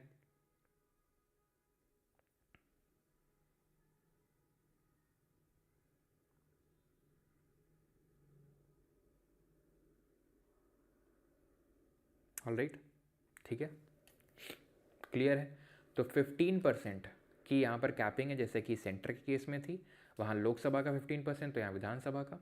और 91st अमेंडमेंट से जैसे वहाँ इंसर्ट किया गया था वैसे यहाँ पर भी 75 क्लॉज 1A था, वैसे यहाँ पर 164 क्लॉज 1 सब क्लॉज A। वहाँ पर सब क्लॉज B क्या था कि कोई भी अगर डिफेक्शन के ग्राउंड में डिस्क्वालीफाई होता है तो मिनिस्टरशिप से भी डिस्क्वालीफाई हो जाएगा। सेम यहाँ पे भी है, सेम यहाँ पे भी है कि अगर कोई डिफेक्शन के ग्राउंड में डिस्क्वालीफाई होता है तो मिनिस्टरशिप से भी डिस्क्वालीफाई हो जाएगा, ऑलराइट। लेकिन वहाँ मिनिमम कोई लिमिटेशन नहीं है, मिनिमम है 12 की, ठीक है, क्लियर? अब यहाँ पर लेजिस्लेटिव असेंबली में मैक्सिमम 500 मेंबर हो सकते हैं, मिनिमम 60 हो सकते हैं, लेकिन कुछ ऐसे स्टेट हैं जहाँ पर मिनिमम 30 भी हो सकते हैं, गोवा, अरुणाचल, सिक्किम में, और मिजोरम में 40 और नागालैंड में 46-46। कॉन्स्टिट्यूएंसीज शुड हैव रफली इक्वल पॉपुलेशन सीट रेशियो, जैसे कि हमने वो डिलिमिटेशन अगर आपको पढ़ा याद हो पढ़ा था। 81 में लोकसभा दिया हुआ था, 89 ऐड किया उसमें 170 मिला लेजिस्लेटिव असेंबली। 82 में क्या दिया हुआ था लिखो कमेंट में जल्दी से। 82 में डिलिमिटेशन कमीशन परिसीमन आयोग के बारे में दिया हुआ था। वो जो डिलिमिटेशन कमीशन है वो केंद्र के लिए और राज्य के लिए अलग अलग नहीं बैठता है, वो कॉमन होता है। तो फिर सर 171 में क्या होगा? कॉम्पोजिशन होगा लेजिस्लेटिव काउंसिल का, क्योंकि तुम याद करो 80 में, आर्टिकल 80 में, अनुच्छेद 80 में अगर बात करेंगे तो राज्यसभा का कंपोजिशन दिया हुआ था, लेकिन यहाँ पर लेजिस्लेटिव काउंसिल का कंपोजिशन नहीं दिया हुआ है। कंपोजिशन के अलावा यहाँ पर दिया हुआ है कि कैसे अबॉलिश या क्रिएट किया जाएगा। तो यहाँ पे डिलिमिटेशन वाले की जगह यहाँ पर क्या हो जाएगा? कंपोजिशन हो जाएगा लेजिस्लेटिव काउंसिल का। क्या कंपोजिशन होगा? पहली बात तो यहाँ लिमिट सेट करी गई है कि लेजिस्लेटिव काउंसिल में, विधान परिषद में 1/3 से ज़्यादा सदस्य नहीं हो सकते हैं। किसका 1/3? विधानसभा का। यानी किसी राज्य के विधानसभा में अगर 300 मेंबर हैं एग्जाम्पल के तौर पे, तो वहाँ की जो विधान परिषद लेजिस्लेटिव काउंसिल है वहाँ 100 से ज़्यादा मेंबर नहीं हो सकते हैं, यानी 1/3 of LA, 1/3 of legislative assembly. और मिनिमम 40 मेंबर, न्यूनतम 40 सदस्य। समझ में आई आपको ये बात कि टोटल मेंबर्स जो है मैक्सिमम मेंबर 1/3 से ज़्यादा नहीं होने चाहिए, 1/3 असेंबली का, और मिनिमम न्यूनतम 40 तो होने ही चाहिए। इलेक्शन कैसे होता है? जैसे राज्यसभा में होता है इनडायरेक्ट इलेक्शन। जैसे राज्यसभा में 250 मैक्सिमम मेंबर हो सकते हैं, जिसमें 238 इलेक्टेड निर्वाचित इनडायरेक्ट तरीके से और 12 नॉमिनेटेड यानी नामित होते हैं। उसी तरीके से यहाँ पर भी इलेक्टेड भी होते हैं और नॉमिनेटेड भी होते हैं। 1/3 सदस्य जो हैं लोकल अथॉरिटी जैसे म्यूनिसिपैलिटी, डिस्ट्रिक्ट बोर्ड, ये इलेक्ट करके भेजेंगे। 1/3 जो सदस्य हैं उनको विधानसभा के जो सदस्य हैं वो चुन के भेजेंगे विधान परिषद में। तो जैसे अभी ये मैंने आपको एग्जांपल दिया, उपेंद्र कुशवाहा के जो बेटे हैं, ठीक है, जिनको मिनिस्टर बना दिया, उपेंद्र कुशवाहा का जो बेटा है, ठीक है, तो उसको विधानसभा के रूट के थ्रू विधान परिषद भेज दिया जाएगा, क्योंकि 1/3 जो होते हैं इलेक्टेड होते हैं लेजिस्लेटिव असेंबली से। वो तो बाएं हाथ का खेल होता है पॉलिटिशियंस के लिए, ठीक है।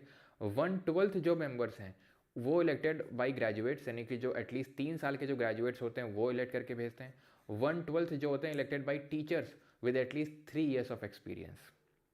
तो 1/3 लोकल अथॉरिटीज़ भेज रही हैं, 1/3 लेजिस्लेटिव असेंबली भेज रही हैं, 1/12 ग्रेजुएट्स और 1/12 टीचर्स, ठीक है।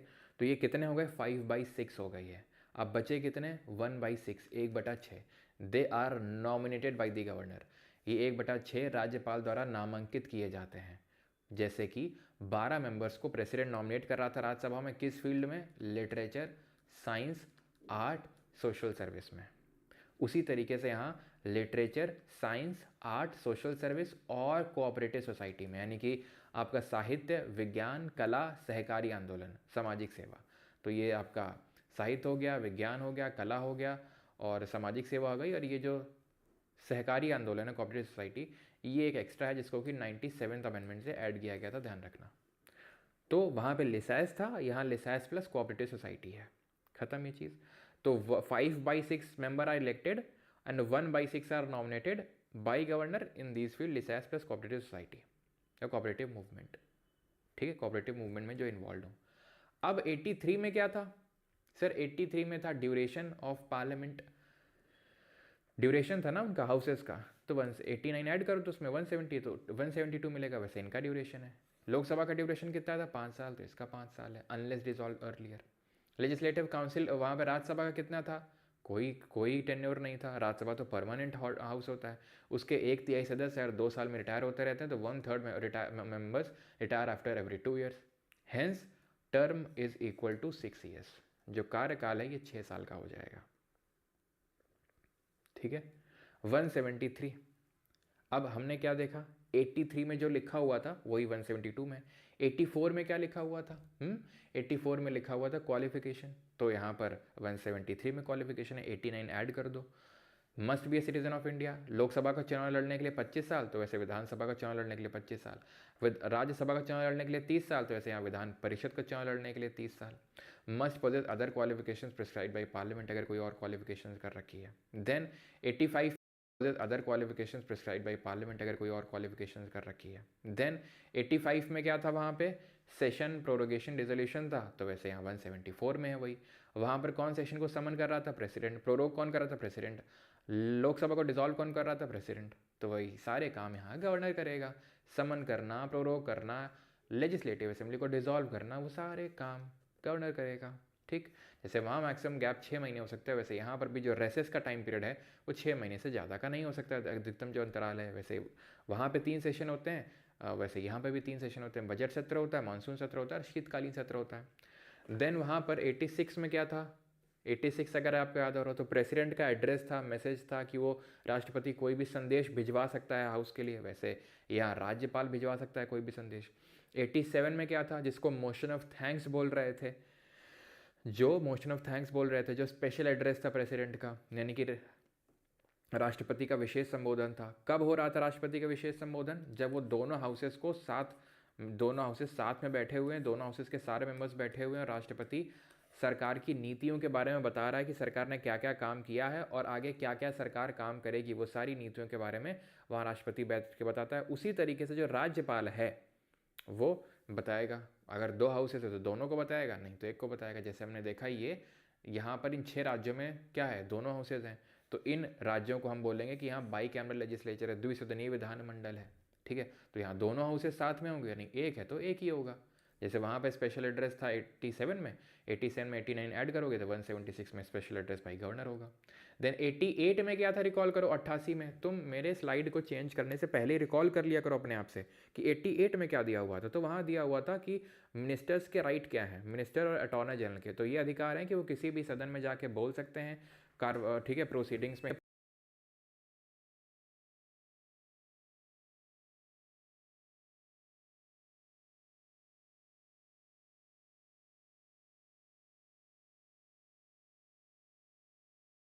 प्रोसीडिंग में हिस्सा ले सकते हैं, लेकिन वोट नहीं कर सकते हैं अटॉर्नी जनरल किसी भी हाउस में।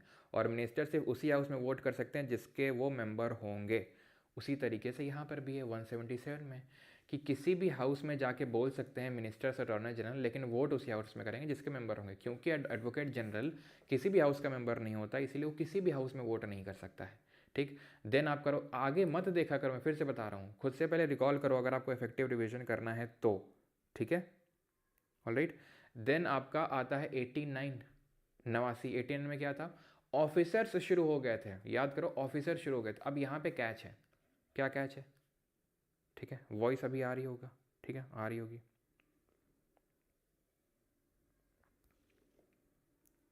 रिपीट करो, वॉइस चली गई थी, क्या रिपीट कर दें? मतलब क्या पगला कर लाइट भाई? अरे वो जानबूझ के गई थी, वही तो बोला है जो मैं पहले बोल रहा था, वही तो बाद में बोला है, मुझे पता है क्योंकि मैंने ही माइक हटाया था कुछ कारणों की वजह से। फुल वॉइस कट, हाँ पूरी क्लास कट हो गई, फिर से शुरू कर दें क्लास को? क्यों? बच्चों से हरकतें छोड़ दो थोड़ा सा। 177 ही पढ़ा रहा था, वॉइस कटी थी, उसके बाद ही 177 ही पढ़ाया पूरा। नहीं, वॉइस कट गई थी, अब फिर से क्लास स्टार्ट करो। 89 क्यों ऐड होता है? इसलिए ऐड होता है क्योंकि ये शास्त्रों में लिखा हुआ है। ऋग्वेद के भाग नंबर 5 में अगर तुम देखोगे तो उसके अध्याय नंबर 6 में लिखा हुआ है कि 89 भैया मेरे 89 किसी ने बोला नहीं है, वो हम याद करने के लिए, ताकि आसानी से याद हो जाए, इसलिए हम करते हैं।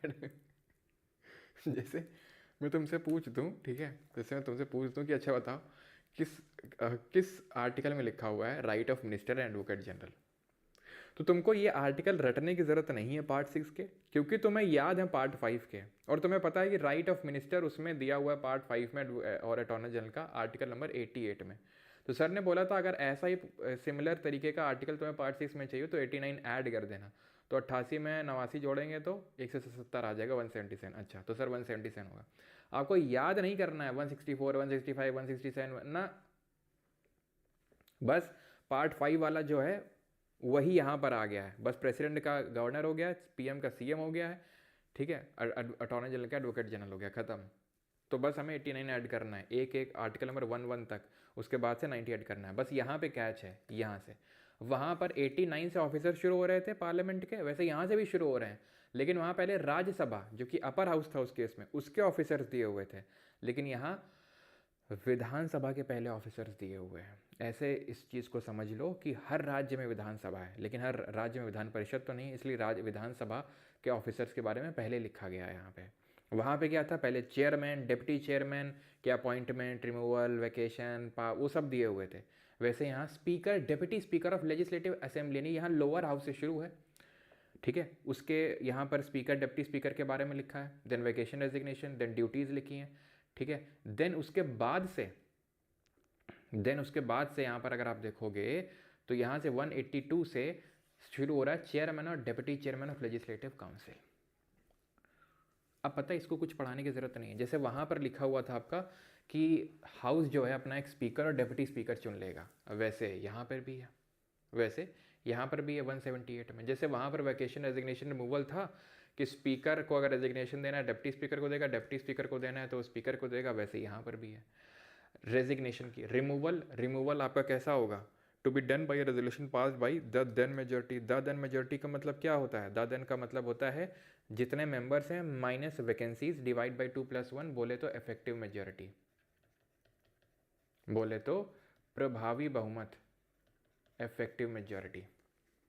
इफेक्टिव मेजोरिटी से हटाया जा सकता है, सेम है, कुछ अलग नहीं है। ड्यूटीज़ क्या थी वहाँ डिप्टी स्पीकर की, कि अगर स्पीकर का ऑफिस वैकेंट हो तो डिप्टी स्पीकर बन जाता है, ये था ड्यूटी डिप्टी स्पीकर का। सेम यहाँ पे भी है, ठीक है। Speaker, deputy speaker not to preside during consideration of resolution for their own removal. तो अगर इनके रिमूवल का रेजोल्यूशन चल रहा होगा स्पीकर या डिप्टी स्पीकर का, तो वो हाउस को प्रिसाइड नहीं कर सकते हैं, वो नीचे आके सबके साथ बैठेंगे। सेम यहाँ पे भी है। अब यहाँ पे लेजिस्लेटिव काउंसिल के चेयरमैन, डिप्टी चेयरमैन, तो अगेन लेजिस्लेटिव काउंसिल चुन लेगा। अब अंतर कैसे, राज्यसभा में का जो चेयरमैन है वो कोई और नहीं बल्कि वाइस प्रेसिडेंट ऑफ इंडिया होता है, देश का जो राष्ट्रपति होता है वही राज्यसभा का सभापति बन जाता है। लेकिन यहाँ पे राज्य में कोई उप राज्यपाल तो होता नहीं है, राष्ट्रपति होता है, उपराष्ट्रपति होता है केंद्र में। यहाँ पे सिर्फ राज्यपाल होता है राष्ट्रपति की तरह, उपराज्यपाल नहीं होता है। कि भाई तुम सोचो सर यहाँ उपराज्यपाल होता होगा जो पदेन सभापति बन जाता होगा, यानी एक्स ऑफिशियो चेयरपर्सन बन जाता होगा लेजिस्लेटिव काउंसिल का, होता ही नहीं है, तो क्या बनेगा? तो यानी कि chairman deputy chairman legislative council से ही चुने जाते हैं। तो यानी कि राज्यसभा का chairman is not the member of either house of the parliament let alone Rajya Sabha, but the chairman of the legislative council is the member of the legislative council. तो इसका मतलब सर ज्वाइंट सीटिंग में प्रिसाइड कर सकता होगा नहीं, जैसे speaker वहाँ कर रहा था, वो नहीं था तो डिप्टी स्पीकर, और वो नहीं था तो डिप्टी चेयरमैन आ रहा था, तो यानी मतलब यहाँ चेयरमैन आ सकता है। कैच है यहाँ पे भी, यहाँ पे भी कैच है। क्या कैच है वो आगे बताएंगे तुमको अभी, ठीक। Vacation, resignation, removal of chairman and deputy chairman दिया हुआ है यहाँ पे, सेम सेम है पूरा, ठीक है। रिजाइन देना है, दोनों एक दूसरे को दे देंगे। वैकेशन, रिमूवल हो गया, इफेक्टिव मेजोरिटी से हो जाएगा, ठीक है। ड्यूटीज़ वही है कि जब वो नहीं होगा चेयरमैन तो उसको हाउस सेशन को प्रिसाइड करना है, ठीक है। सैलरी अलाउंसेज इनको कौन डिटरमाइन करेगा? State legislature. एक चीज़ ध्यान रखना, कभी इस तरीके का सवाल बन जाए, पता नहीं एसएससी वगैरह में बना है कि नहीं, लेकिन थोड़े से ठीक ठाक एग्जाम में बन सकता है, बन जाता है, और वो ये है कि स्पीकर पद के लिए कोई अलग से शपथ नहीं होती है। Remember this thing. तो इसीलिए हम कहीं ओथ नहीं पढ़ते हैं कि स्पीकर डिप्टी स्पीकर के, ना तो हमने कहीं पढ़ा था सेंटर में, यूनियन में कोई अलग से ओथ नहीं लेनी होती, सिर्फ उनको हाउस की मेंबरशिप की ओथ लेनी होती है, नॉर्मल मेंबर की तरह कोई अलग से ओथ नहीं लेनी होती है उस पर्टिकुलर ऑफिस के लिए, स्पीकर डिप्टी स्पीकर के लिए। देन वहाँ पर जैसे आपका सेक्रेटेरिएट आ रहा था, उसके बाद तो यहाँ सेक्रेटेरिएट है स्टेट लेजिस्लेचर का। देन वहाँ पर आपका याद करो 99 में ओथ और एफर्मेशन दिया हुआ था मेंबर का, तो 89 ऐड कर दो। तो अब आपको, क्योंकि जैसे कोई पूछ रहा था ना कि 18 क्यों ऐड करते हैं, तो मैं अगर तुमसे पूछूं ओथ और एफर्मेशन बाई मेंबर्स ऑफ जो स्टेट लेजिस्लेचर है किस आर्टिकल में, तो तुमको पता है पार्लियामेंट वाला किस आर्टिकल में, 99, तो 89 ऐड कर दो, समझ रहे हो। देन आपका 100 में लिखा हुआ था वोटिंग इन हाउस, है ना, वैकेंसी लिखा हुआ था, कोरम लिखा हुआ था। तो अब अगर तुमसे कोई पूछ ले कि कोरम स्टेट लेजिस्लेचर का किस आर्टिकल मेंशन है, तो तुमको रटने की जरूरत नहीं है कि 189 में, तुमको पता है कि सेंटर में कोरम दिया हुआ है आर्टिकल 100 में, तो 89 ऐड कर दो तो 189। तो वोटिंग कैसे होती है? वोटिंग अगेन जैसे वहाँ पर पढ़ा था, एक तो फर्स्ट इंस्टेंस पे होती है जहाँ पे सारे मेंबर्स वोट करते हैं, और अगर वोट की इक्वालिटी हो जाए, वोट अगर मान लो बराबर हो जाए, तो ये जो है कास्टिंग वोट या डिसाइडिंग वोट या निर्णायक मत डालता है, अगर इक्वालिटी वोट हो जाए तो। वैसे यहाँ पे भी है, लेकिन अगर इसके रिमूवल का रेजोल्यूशन चल रहा हो तो ये यहाँ आके बैठेगा, यहाँ आके बैठेगा, तो इसके पास वोटिंग एट फर्स्ट इंस्टेंस हो जाएगा, कास्टिंग वोट चला जाएगा, क्योंकि कास्टिंग वोट जब आप हाउस को प्रिसाइड कर रहे होगे तभी मिलता है, ठीक है। सेम यहाँ पे भी है, अगर रिमूवल का रेजोल्यूशन चल रहा होगा तो फिर कास्टिंग वोट चला जाएगा, फर्स्ट इंस्टेंस का आ जाएगा। एक चीज़ ध्यान रखना कि जैसे वहाँ पे था कि deputy speaker is not a सब ऑर्डिनेट ऑफिस अंडर स्पीकर, उसी तरह यहाँ भी है, डेप्यूटी स्पीकर कोई सब ऑर्डिनेट नहीं है, और जब स्पीकर हाउस को प्रिसाइड कर रहा हो तो deputy speaker is like any other member of the house, normal member की तरह वो रहेगा। और इसी तरह के एक और लाइन याद करना कि office of governor is not an employment under central government, ऐसा सुप्रीम कोर्ट का कहना था। क्या कहना था? कि गवर्नर का office is not an employment, भले वो एजेंट के तौर पे काम करता है सेंट्रल गवर्नमेंट के, अगर हम देखें एजेंट ही तो होता है ना, आपको होता है जैसे कि मान लो कल को गवर्नमेंट चेंज हो जाती है तो सारे राज्यपालों चेंज कर देगी, जैसे कि जब बीजेपी गवर्नमेंट आई, ठीक है, 14 में, तो उसने मोस्ट ऑफ द गवर्नर्स को चेंज कर डाला, बदल डाला। कल को गवर्नमेंट मान लो चेंज होती है, वो भी कर दे रही, क्योंकि वो जो अपने लॉयल लोग होते हैं उनको बिठाते हैं वहाँ पे, तो इसीलिए कई बार उसके एलिगेशंस लगते हैं उस ऑफिस में कि एजेंट के तौर पे है, ठीक है। लेकिन सुप्रीम कोर्ट का ऐसा कहना था ये कोई एम्प्लॉयमेंट नहीं है सेंट्रल गवर्नमेंट के अंडर में, ठीक है, क्लियर है। कोरम जैसे वहाँ पे 10% था, 1/10 ऑफ द हाउस, वैसे यहाँ पर भी है।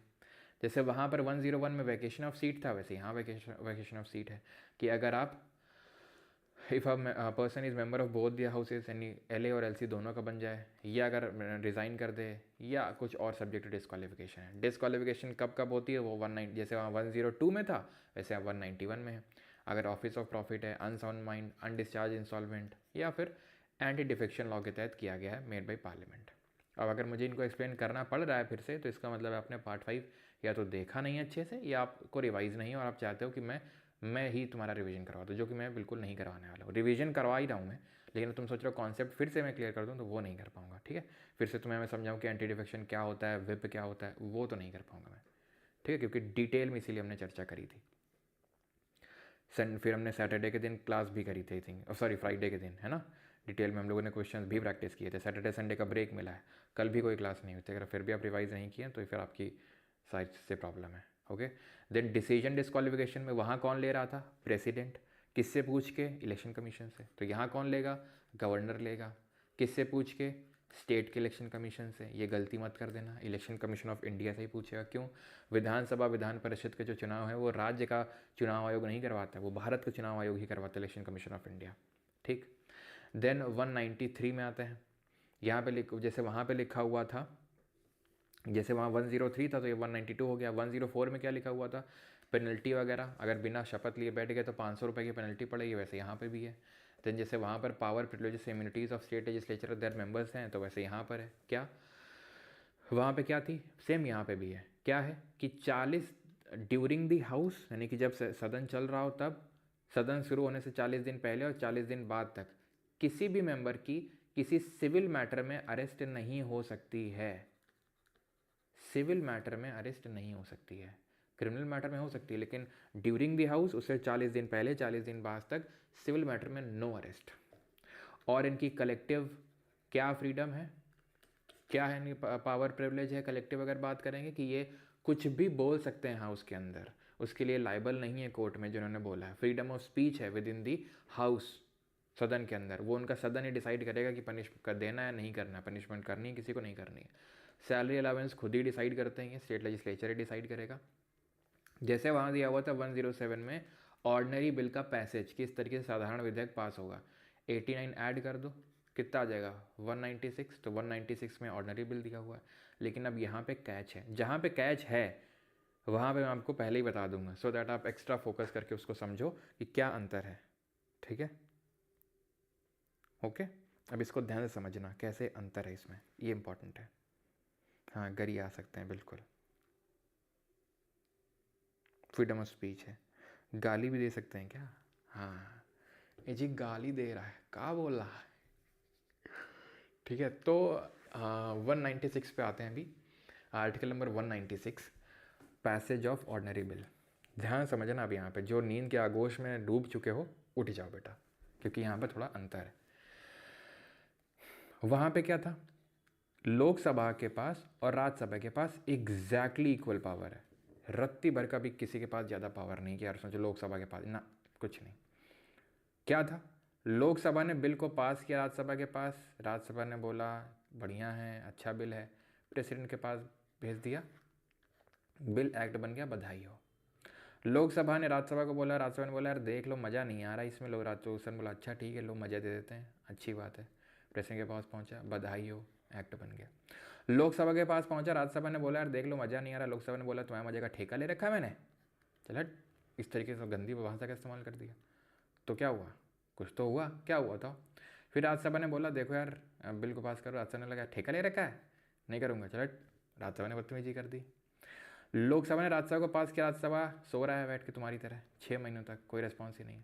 तो ऐसे सिनारियो में क्या होता है, ऐसे परिस्थिति में सही यही है कि एक कदम पीछे हटा के डेडलॉक अनाउंस कर दिया जाए और जॉइंट सिटिंग बुला ली जाए। किसके द्वारा? प्रेसिडेंट के द्वारा। कौन प्रिसाइड करता है? स्पीकर ऑफ लोकसभा प्रिसाइड करता है। आर्टिकल नंबर 108 कहाँ से लिए हैं बताओ जरा, किस देश के संविधान से। यहाँ पे क्या समझना, यहाँ पे क्या समझना, ये विधानसभा है और ये विधान परिषद। देखो भैया 28 राज्यों में सिर्फ 6 के पास है, 22 राज्यों के लिए तो कोई लोड लेने वाली बात ही नहीं है। विधानसभा से पारित हुआ, सीधा राज्यपाल के पास गया, बधाई हो, बिल एक्ट बन गया। तो ये डिस्कस तो वहाँ कर रहे हैं जो हाउस बाई कैमरल है, जहाँ विधान परिषद भी है, 6 ही राज्य हैं, इसे डिस्कस करते। विधानसभा से आया बिल विधान परिषद के पास, विधान परिषद ने क्या बोला? मज़ा नहीं आ रहा है। विधानसभा ने बोला क्या मज़ा नहीं आ रहा है, हैं? तो बोलेंगे चेंज कर लो, ठीक है चलो कर लिया गवर्नर के पास। देखो पहला केस तो ये कि विधानसभा से गया, विधान परिषद बोला क्या बिल है, मज़ा आ गया देख के, राज्यपाल के पास चला गया, एक्ट बन गया। यहाँ पे क्या है, विधान परिषद ने ये चेंज कर लो, विधानसभा ने बोला ठीक है कर लेते हैं। फिर क्या हुआ, विधानसभा ने विधान परिषद को भेजा, विधान परिषद ने बोला देखो इसको मज़ा नहीं आ रहा, विधानसभा ने क्या मज़ा नहीं आ रहा है, चलो पास करो फिर से, इसका करना पड़ेगा। ले मतलब लेजिस्लेटिव काउंसिल ओवरराइड नहीं कर सकती, नहीं कर सकती। क्या सॉरी, लेजिस्लेटिव असेंबली क्या ओवरराइड कर सकती है लेजिस्लेटिव काउंसिल को? कर सकती है। लेजिस्लेटिव असेंबली ने बिल भेजा, लेजिस्लेटिव काउंसिल सो रहा है बैठ के कितने दिनों तक, कितने दिनों तक? 3 महीनों तक, ठीक है, 3 महीनों से सो रहा है, कुछ कर ही नहीं रहा है। विधानसभा फिर जगाएगा, ये भैया क्या चल रहा है, देखो बिल देखो, फिर दोबारा भेजा, 1 महीने तक फिर सो सकता है। और अगर 4 महीने में इसने कुछ ना किया, वो अपने आप राज्यपाल के पास चला जाएगा। मतलब सर, ऑर्डिनरी बिल के केस में भी लेजिस्लेटिव असेंबली के पास ज़्यादा पावर होती है। क्या पावर ज़्यादा होती है कि विधान परिषद ने अगर कोई चेंज करने बोला, वो विधानसभा के ऊपर डिपेंड करता है वो करे या ना करे। और जैसे वहाँ 6 महीने में अगर कोई रिस्पॉन्स नहीं दे रहा था, राज्यसभा दोनों के लिए वैलिड है, अगर राज्यसभा से लोकसभा में गया तो लोकसभा के लिए भी 6 महीने तक कोई रिस्पॉन्स ना आया, हे भैया डेडलॉक हो गया, डेडलॉक हो गया, चलो जॉइंट सिटिंग बुलाते हैं। यहाँ पे कोई डेडलॉक नहीं, कोई जॉइंट सिटिंग नहीं, no, there is no provision of joint sitting in the state legislature. तो इसीलिए हम तुम्हें बोले थे कि भैया जैसे वहाँ पे क्या था, स्पीकर ऑफ लोकसभा प्रिसाइड करता है, वो नहीं होगा तो डिप्टी स्पीकर ऑफ लोकसभा, वो नहीं होगा तो डिप्टी चेयरमैन ऑफ राज्यसभा। लेकिन यहाँ अगर तुम ये सोच रहे हो क्योंकि chairman of legislative council is a member of legislative council तो वो जॉइंट सिटिंग प्रिसाइड कर लेगा, ना ना ना, यहाँ जॉइंट सिटिंग होती ही नहीं है, तो किसको प्रिसाइड करेगा? समझ रहे हैं आप? तो यानी कि legislative assembly has a stronger foothold with respect to ordinary bill also, ठीक है। और अगर सर मान लो लेजिस्लेटिव काउंसिल में वहाँ ओरिजिनेटर नहीं हो सकता है क्या? जैसे जैसे राज्यसभा में लोकसभा, यहाँ पर तो इक्वल पावर होती है, कहीं ओरिजिनेट हो सकता है, यहाँ पे हो सकता है लेजिस्लेटिव काउंसिल में। मान लो हो गया, लेजिस्लेटिव असेंबली के पास गया, इसने पास कर दिया, गवर्नर के पास गया, हैप्पी बर्थडे, बन गया बिल एक्ट। मान लो लेजिस्लेटिव काउंसिल से लेजिस्लेटिव असेंबली के पास गया, लेजिस्लेटिव असेंबली ने बोला चलो चलो हट, क्या क्या क्या क्या बना दिया ये, गया वो बिल, गया वो गया। अब ऐसा नहीं कि लेजिस्लेटिव काउंसिल के पास पहुंच जाएगा ये वो, ना ना ना ना, गया वो चला गया। समझ रहा? तो bill can originate in either house, किसी भी हाउस में आ सकता है। Bill must be pass by both the houses and assented by governor to become a law. In case of ordinary bill legislative assembly has upper hand over legislative council. और क्या अपर hand over मैंने बताया, अब तुम याद करो, 107 में ordinary bill था, 108 में जॉइंट सिटिंग थी, यहाँ जॉइंट सिटिंग होती नहीं है, तो 197 में क्या होगा? क्या होगा?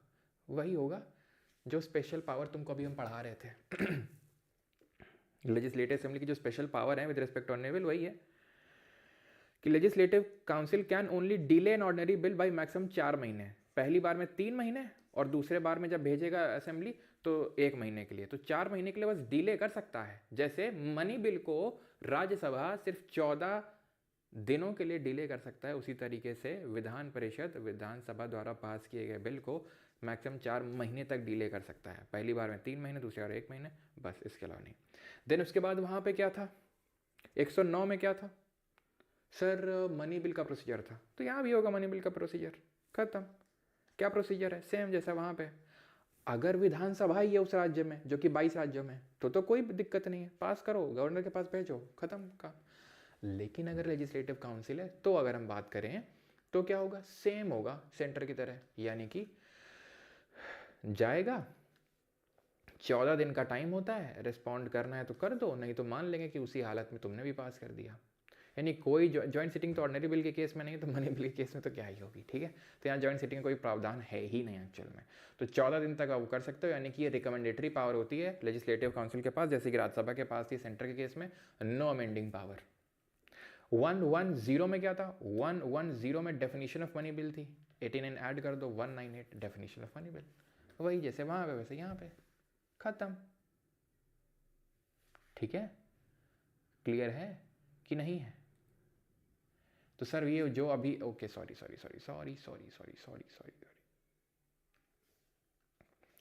जो अभी मैं यहाँ पे पढ़ा रहा था वो 197 में था, जो वहाँ 197 में लिखा हुआ है, मैंने वो जो लिखा हुआ है उसको नोटिस नहीं किया। तो यही जो चीज़ है ना जो बता रहा था 197 में, जैसे वहाँ जॉइंट सिटिंग, यहाँ जॉइंट सिटिंग तो है नहीं, तो 197 में वही जो यहाँ पर एक्सप्लेन किया वही यहाँ पर लिख दिया उन्होंने, ये मैंने नोटिस नहीं किया, ठीक है। Then procedure of money bill, वो जैसे वहाँ पर 109 में है, 109 में 89 ऐड करोगे तो यहाँ प्रोसीजर है, 110 में वहाँ डेफिनीशन है, तो यहाँ पर 199 में यहाँ डेफिनीशन है। फिर 111 में क्या था वहाँ पे? 111 में राष्ट्रपति की सहमति थी, एसेंट ऑफ प्रेसिडेंट था कि कोई भी बिल जाएगा राष्ट्रपति के पास या तो वो उसको सहमति दे देगा यानी एसेंट दे देगा अपनी, या क्या कर लेगा, अपनी नेगेटिव वीटो पावर का यूज़ कर लेगा। और वीटो पावर जो है वो 3 तरीके की होती है, होती तो 4 तरीके की होती है, लेकिन जो क्वालिफाइड वीटो होता है वो इंडियन प्रेसिडेंट के पास नहीं होता है। तो इंडियन प्रेसिडेंट के पास एक तो एब्सोल्यूट वीटो होता है, दूसरा होता है सस्पेंसिव वीटो, निरंकारी जिसको बोलते हैं, ये पूर्ण वीटो हो गया, ये निरंकारी हो गया, और एक हो गया पॉकेट वीटो। इसमें क्या है, मना कर दिया, इसमें क्या है, रिटर्न कर दिया, इसमें क्या है, नो रिस्पॉन्स। भाई ये तो कोई रिस्पॉन्स ही नहीं दे रहा है। वैसे यहाँ गवर्नर के पास वहाँ 111 में 89 ऐड कर दो तो 200 में। ओके, लेकिन गवर्नर के पास एक एक्स्ट्रा पावर होती है। क्या क्या पावर होती है? ये पावर होती है कि वो बिल को राष्ट्रपति के लिए रिजर्व कर सकता है। अगर उसको लगता है कि इसमें हमें कुछ समझ नहीं आ रहा और इसको तो राष्ट्रपति जी के पास भेजने की ज़रूरत है, ये तो राष्ट्रपति जी देखेंगे, इसमें मैं तो ज़्यादा कुछ समझ नहीं आ रहा, ये तो राष्ट्रपति महोदय के पास भेजने की ज़रूरत है। 201 में सर 112 में तो बजट लिखा हुआ था, 89 ऐड कर देंगे तो वो 201 हो जाएगा, तो यहाँ बजट तो है नहीं, तो ये तो ट्रिक फेल हो गई। तो तभी तो बोले थे जैसे ही 112 आए तो 90 ऐड कर देना। तो 112 में क्या था, बजट था, एनुअल फाइनेंशियल स्टेटमेंट, 90 ऐड करोगे, आ गया देखो बजट 202 में। यानी जो एक्स्ट्रा वाली चीज़ थी उसने ही क्या किया, इस 89 को 90 में कन्वर्ट कर दिया। समझ आई चीज़? अगर ये ना होता, अगर इसको इसी आर्टिकल में दे दिया गया होता तो हम तुमको बोलते ही नहीं, क्या क्या कि तुम 73 से लेके 111 तक 89 ऐड कर देना, तो तुमको स्टेट लेजिस्लेचर का आर्टिकल मिल जाएगा, और 112 से लेके 123 90 ऐड कर देना। ये हम तुमको बोलते ही नहीं, हम तुमको सिर्फ यही बोल देते 89 ऐड कर दो। अगर ये वाली चीज़ को जो लिखी हुई है इसको इसी में डाल दिए होते तो। लेकिन ये क्या है, ये एक्स्ट्रा पावर है गवर्नर के पास। क्या पावर है कि प्रेसिडेंट के लिए रिजर्व कर सकता है। अब एक चीज़ ध्यान से सुनो तमिलनाडु के केस में जो गवर्नर थे RN रवि, वो सारे बिल को रिजर्व किए ले रहे थे, जो भी स्टेट लेजिस्लेचर पास करे ये जो है प्रेसिडेंट के रिजर्व है, ये प्रेसिडेंट के रिजर्व है, एसेंट दे ही नहीं रहे। तमिलनाडु की गवर्नमेंट हो गई परेशान, हो गई मद्रास हाई कोर्ट में कि भाई ये गवर्नर क्या कर रहे हैं, मतलब बिल को पास ही नहीं होने दे रहे हैं, हर बिल में कोई एसेंट नहीं दे रहे हैं, किसी को प्रेसिडेंट के लिए रिजर्व कर रहे हैं, ये सब क्या चल रहा है। मद्रास हाई कोर्ट ने बोला हमें भी नहीं पता चाहे क्या चल रहा है, जाओ कहीं और जाओ। सुप्रीम कोर्ट गया वो, सुप्रीम कोर्ट ने फिर गवर्नर को लताड़ लगाई। पहली बात तो सारे बिल पास करती है अपने आप ही, यानी कि जो काम गवर्नर का था वो सुप्रीम कोर्ट ने कर डाला। यानी कि यहाँ पर किसका हनन हुआ, आर्टिकल नंबर 50 का हुआ क्या? हाँ, क्या separation of executive and judiciary की बात है। सेपरेशन ऑफ एग्जीक्यूटिव जुडिशरी यानी कि एक तरीके से जुडिशरी ने काइंड ऑफ लेजिस्लेचर का काम कर दिया अगर हम देखें तो प्रेसिडेंट जी गुस्सा गई, द्रौपदी मुर्मू जी। आर्टिकल नंबर 143 हम पढ़ेंगे, ठीक है। तो उसके यूज़ करके प्रेसिडेंट ने सुप्रीम कोर्ट से 14 सवाल दाग दिए। क्या दाग दिया? क्योंकि सुप्रीम कोर्ट ने क्या किया, ना सिर्फ उन बिल को पास किया बल्कि ये रूल्स गाइडलाइंस बनाई कि भाई इतने टाइम लिमिट में गवर्नर को किसी बिल को एसेंट देनी ही होगी, मैंडेटरी कर दिया, टाइम लिमिट प्रेस्क्राइब कर दी, ठीक। फिर प्रेसिडेंट ने सवाल दागे 14 सवाल कि क्या सुप्रीम कोर्ट अब लेजिस्लेचर का काम करेगी? क्या कॉन्स्टिट्यूशन में तो कहीं नहीं लिखा है कि गवर्नर या प्रेसिडेंट के लिए क्या टाइम लिमिट होनी चाहिए किसी बिल में एसेंट देने के लिए, कहीं नहीं लिखा है। तो क्या सुप्रीम कोर्ट कॉन्स्टिट्यूशन में अमेंडमेंट कर डालेगी? तो इसीलिए अभी नवंबर में 20 नवंबर को सुप्रीम कोर्ट ने यू टर्न ले लिया अपने पुराने डिसीजन से। कोई 10-20 साल पहले की बात नहीं बता रहा हूँ ये, ठीक है। ये बस ठीक है, मुश्किल से 4-5-6 महीने पहले की बात होगी जब ये सुप्रीम कोर्ट की रूलिंग आई थी। और अभी फिर से उस जो 4-5 महीने पहले बोला था उससे पलट गई सुप्रीम कोर्ट, और उसने 20 नवंबर को क्या बोला कि ऐसी कोई टाइम लिमिट नहीं है, यानी अपने जजमेंट को ही ओवरटर्न कर दिया कि ऐसी कोई टाइम लिमिट नहीं है। तो पिछले बैच में तो आई थिंक मैंने बैच में तो पता नहीं सीट आई थिंक बताया था पिछले बैच में ये सारी क्या कैसा क्या होता है, क्या टाइम लिमिट बताई सुप्रीम कोर्ट ने, लेकिन अब तुम्हें बताऊँगा नहीं मैं, तुम्हारे लिए आसान हो गई चीज़ें। क्यों? क्योंकि फिर से सुप्रीम कोर्ट ने बोल दिया कि कोई टाइम लिमिट नहीं है, जब मन हो गवर्नर का प्रेसिडेंट का तब दे वो, ठीक है। तो ऐसी कोई टाइम लिमिट हमें पढ़ने की ज़रूरत नहीं है। लेकिन ध्यान इस चीज़ का रखना है कि अगर गवर्नर ने प्रेसिडेंट के लिए एक बार बिल को कर लिया, अगर प्रेसिडेंट के लिए बिल को रिजर्व कर लिया गवर्नर ने, तो फिर गवर्नर का वहाँ कोई रोल नहीं रह जाता है, कोई रोल नहीं होगा, डायरेक्ट वहाँ पर स्टेट लेजिस्लेचर और प्रेसिडेंट की बात होगी। जैसे वहाँ पर मनी बिल में सस्पेंसिव वीटो का यूज़ नहीं किया जा सकता था, वैसे यहाँ पर भी नहीं किया जा सकता है, यानी कि रिटर्न नहीं किया जा सकता है। जैसे वहाँ पे अगर बिल को रिटर्न किया गया बाय प्रेसिडेंट, ध्यान सुनना, तो काउंसिल ऑफ मिनिस्टर ओवरराइड कर देगी उसको, यानी दोबारा अगर भेजेगी तो अब एसेंट देनी पड़ेगी किसको, प्रेसिडेंट को। लेकिन स्टेट का लेजिस्लेचर का बिल अगर गवर्नर ने रिप्रेजेंट के लिए रिजर्व किया है, अगर किया है, तो अगर प्रेसिडेंट ने उस बिल को रिटर्न किया लेजिस्लेचर को, वो ओवर रूल नहीं कर सकती है। यानी कि ऐसा नहीं है कि अब बिल को फिर से अगर भेजा प्रेसिडेंट के पास, गवर्नर का कोई काम नहीं होगा यहाँ पे, तो प्रेसिडेंट को देनी ही पड़ेगी ना, ना, वो सिर्फ सेंटर के केस में है। यहाँ पे उसको वो ओवर रूल नहीं कर सकती है, बाईपास नहीं कर सकती है। जैसे वहाँ पर 112 में एनुअल फाइनेंशियल स्टेटमेंट था, बजट वर्ड कहीं मेंशन नहीं था, वैसे यहाँ 202 में एनुअल फाइनेंशियल स्टेटमेंट है। जैसे वहाँ राष्ट्रपति के नाम पे रखा जा रहा था बजट को, वैसे यहाँ राज्यपाल के नाम पे रखा जाएगा, सिंपल, ठीक है। वही सारे सब कुछ सेम हो जाएंगे आपके। अप्रोप्रिएशन बिल, ठीक है, 114 में था अप्रोप्रिएशन बिल, विनियोग विधेयक 90 ऐड कर दो 204 में, कि कोई भी पैसा नहीं निकाला जा सकता है सरकार के द्वारा बिना अप्रोप्रिएशन बिल को पास किए हुए, तो वैसे यहाँ पर भी है। वहाँ पर हमने ग्रांट पढ़े थे, कोई नई सर्विस आ गई है, पैसा खर्च हो गया एक्सेस में, कुछ एक्स्ट्रा पैसा चाहिए, तो उस केस में ग्रांट पास किए जाते हैं, तो वैसे यहाँ पर भी है। जैसे वहाँ पर वो कट मोशन वगैरह पास किए जा रहे थे, वैसे यहाँ पर भी है 206 में, ठीक है, सब कुछ सेम है। Rules of procedure regulating of financial business, language to be used, जैसे वहाँ पर 120 मैंने आपको पढ़ाया था कि नहीं पढ़ाया था, पढ़ाई होगा, बिल्कुल पढ़ाया होगा। तो वहाँ पर लैंग्वेज था कि लैंग्वेज क्या यूज़ होगी, हिंदी और इंग्लिश, और इंग्लिश सिर्फ 15 साल तक चल रही थी, 15 ईयर्स तक, लेकिन अभी तक भी वो चल रही है, तो 90 ऐड कर दो तो क्या हो जाएगा, 210 हो जाएगा। तो language to be used in the legislature, खत्म। जैसे वहाँ 117 में दिया हुआ था फाइनेंशियल बिल, 90 ऐड कर दो, 207 में हो जाएगा फाइनेंशियल बिल।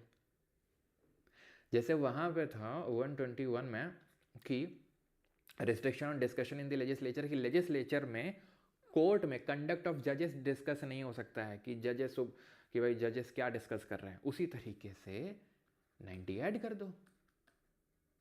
211 में है कि डिस्कस नहीं हो सकता लेजिस्लेचर में, restriction on discussion on the legislature about the conduct of जजेस। 122 में क्या था कि कोर्ट नहीं डिस्कस कर सकते हैं लेजिस्लेचर का। 121 में था कि लेजिस्लेचर कोर्ट का डिस्कस नहीं कर सकते, 122 में था कि कोर्ट लेजिस्लेचर का डिस्कस नहीं कर सकते। तो 211 में क्या है कि लेजिस्लेचर कोर्ट का डिस्कस नहीं कर सकता, 212 में है कि कोर्ट लेजिस्लेचर या लेजिस्लेटिव प्रोसीडिंग्स को डिस्कस नहीं कर सकता है। 123 में क्या था, ऑर्डिनेंस था, अध्यादेश शक्ति थी, तो 90 ऐड कर दो या फिर 1 और 2 को इंटरचेंज कर दो, 213 आ जाएगा, power of governor to promulgate ordinance during recess of the legislature. जब लेजिस्लेटिव असेंबली या अगर दोनों हाउस हैं, दोनों में से कोई एक हाउस भी नहीं होगा, ऐसे केस में गवर्नर लॉ बना सकता है। सर कैसे बनाता है, ये बेटा बता चुके हैं पार्ट 5 में, गवर्नर वाला भी बता ही दिया था, वहाँ पे एक केस बताया था, उस केस को बताओ जरा, जो बिहार से एसोसिएटेड था वो केस। देन आपके इसके बाद आ जाता है chapter number 5 of part 6 high court, 214 से 231, और ये है चैप्टर 6, ये है चैप्टर 5 जो हम कल पढ़ेंगे। हाई कोर्ट सुप्रीम कोर्ट साथ में करेंगे हम लोग, ठीक है। और ये है चैप्टर 6, और ये भी कल ही करेंगे, सबऑर्डिनेट कोर्ट भी, ठीक है। क्लियर, डीसी वाधवा केस था, खत्म, बधाई हो, खत्म हो गया लेक्चर। कुछ टफ लगा, कुछ टफ लगा आज, नहीं। डीसी बाधवा नहीं वाधवा, ठीक है। चलो, तो जिसको भी रिकॉर्डिंग चाहिए हो लेक्चर की, नोट्स चाहिए हो, क्विजेस चाहिए हो, वो सारा कुछ एक्सेस ले सकते हैं बैच के अंदर। प्राइवेट टेलीग्राम ग्रुप का एक्सेस चाहिए, वो सारा कुछ आपको बैच के अंदर से एक्सेस मिल जाएगा। एंड इफ़ यू वांट कि भाई आपके पास एक हार्ड कॉपी हो जिसके थ्रू जो सारी चीज़ें आपकी लिखी हुई हों, आपको कुछ लिखना ना पड़े, आपको फ़ोन से ना पढ़ना पड़े, तो यू कैन रेफर फैटमैन। कुछ एक्स्ट्रा कुछ जो चीज़ें होती हैं 4 पॉइंटों में, उसको आप अलग से इसमें नोट कर सकते हैं, ऐड ऑन कर सकते हैं। सेकंड एडिशन का वेट मत करिए, बिकॉज उसमें थोड़ा सा टाइम लग सकता है। लिटिल बॉय की अगर बात करें तो ये पूरी MCQ बेस्ड है। अगर आपको MCQs में कमी फील होती है, आपको और MCQs लगाने हैं, तो आप लिटिल बॉय से लगा सकते हैं, ठीक है। Alright, discuss Riya this side, okay. देखिए रिया जी, अभी एज सच मैथ्स वगैरह का अब मैंने टीम से डिस्कस किया, तो शायद आपने कांटेक्ट किया होगा, तो एज सच अभी हम मैथ्स का ऐसा कुछ नहीं स्टार्ट कर रहे हैं BY की सीरीज़, तो मतलब अभी हम ये सारी चीज़ें नहीं कर पाएंगे, ठीक है। Alright, alright. सो अगर आपको दोनों बैच चाहिए, दैट इज़ इंग्लिश का भी चाहिए और इंग्लिश सर आज लिटरेचर पोर्शन भी शुरू कर रहे हैं आज से PSP सर। पहला लेक्चर आपको 12:30 बजे मिलेगा आज, तो और फिर वो कैब पोर्शन भी थर्सडे से शुरू होगा, ठीक है। तो फिर पीएसपी सर भी दबा के मेहनत करने में लगे हुए हैं आप सभी के लिए। तो अगर आपको दोनों काइंड ऑफ बैचेस चाहिए तो आप परमार 4.0 कूपन कोड का यूज़ कर सकते हैं for GK and English both, अगर आपको चाहिए हो तो। राइट, चलिए अब लगाते हैं क्वेश्चंस।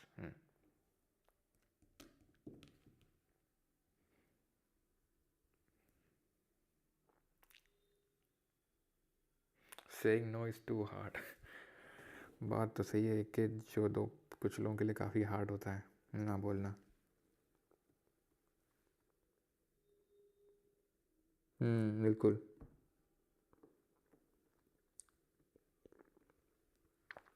क्या और इन चैप्टर 4, ये है ना चैप्टर 4। चैप्टर 1 में जनरल था, चैप्टर 2 में स्टेट एग्जीक्यूटिव था, चैप्टर 3 में स्टेट लेजिस्लेचर था। ये है चैप्टर 4, ये रहा चैप्टर 4। जैसे वहाँ चैप्टर 3 में था ऑर्डिनेंस, जैसे यहाँ चैप्टर 4 में। ओके, क्वेश्चन कल करें? क्यों क्यों कल क्यों करें? कल करें, करो जल्दी से, ज़्यादा नहीं है, थोड़ा ही है, कर लोगे, अच्छे बच्चे हो ना, करो जल्दी। होड़ वो फटता है लगे सर्दियों में, है कि नहीं? बात तो सही है।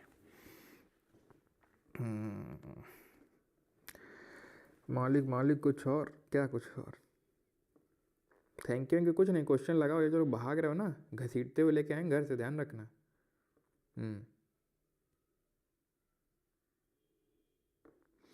कल वाली क्लास शो नहीं हो रही है ऐप में, कल हुई नहीं थी अंकुर। कल जो हुई थी करंट अफेयर की क्लास हुई थी, वो पड़ा हुआ है आपका यहाँ पर, यहीं पे यूट्यूब पे ही, ठीक है। कल करंट अफेयर हुए थे।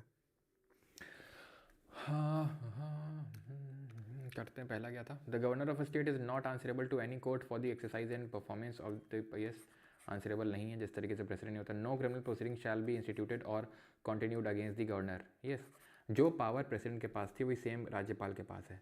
भाई सिविल प्रोसीडिंग नहीं चलाई जा सकती है मेंबर ऑफ पार्लियामेंट या फिर मेंबर ऑफ जो स्टेट लेजिस्लेचर उनके खिलाफ, जब सदन चल रहा है तब 40 दिन पहले 40 दिन बाद।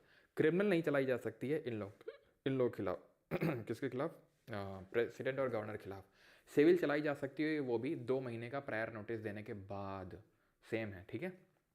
Member of state legislature are not liable to any proceeding in any court in respect of anything within the house. कुछ उन्होंने बोला है उसके लिए वो कोर्ट में लाइबल नहीं है।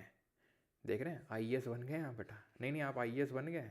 हाँ, इसीलिए तो धनुष भी आईएएस की प्रिपरेशन जब करने जा रहा है वो जो मूवी रिलीज हुई है, इसीलिए तो पढ़ रहा है वो अपने नोट्स परमार एसएससी के, इसीलिए पढ़ रहा है वो, ठीक है, क्योंकि उसको पता है अब परमार एसएससी में जो है यूपीएससी के भी क्वेश्चन लगाए जाते हैं, तो कंटेंट इस लेवल का है कि भाई यहाँ से स्टार्ट किया जा सकता है और धीरे धीरे यूपीएससी लेवल पे पहुँचा जा सकता है। अब काफ़ी सारे मेरे स्टूडेंट हैं जो सिलेक्टेड हैं पुराने, they are now referring to these lectures, ठीक है, स्टार्ट करने के लिए यूपीएससी प्रिपरेशन। तो मैंने 4.0 रेफर कर दिया है उनको, आप समझ रहे हो, ठीक है, कि है इस लेवल का content. The constitution of India explicitly mentions that in certain spheres of the governor of, और ये मतलब चौंकाने वाली बात नहीं होगी कि क्योंकि उसमें यूपीएससी में सिविल सर्विसेज क्रैक करने में तो टाइम लगता है, तो आज से 1-2 साल बाद 3 साल बाद आपको कुछ ना कुछ आईएएस ऑफिसर्स भी देखने को मिलेंगे। ये मेरी भविष्यवाणी है, ठीक है, और ये सत्य होगी। 1-2 साल में आपको रुझान इसमें देखने को मिल जाएंगे। आप ही लोगों में से कोई ना कोई क्रैक करेगा। ऐसे क्रैक कर चुका एक स्टूडेंट है, लेकिन वो ऐसा इस बैच का नहीं, वो CDS CAPF बैच का है, ठीक है। खैर, तो उसका आई थिंक रैंक आया था टॉप 150 में, उसका रैंक है। लेकिन उसने जो है अपने दोस्त के साथ उस लेक्चर्स को मतलब रेफ़र किया था, शेयर किया था। उसने खुद से नहीं बैच लिया था, उसके दोस्त ने लिया था, और उसमें साथ में हम दोनों देखते थे। The constitution of India explicitly mentions that in certain spheres of the governor of a state acts in his or her own discretion. देखो अब यहाँ पर ध्यान समझना, जो एक चीज़ मैं आपको बताने जा रहा हूँ वो, ठीक है।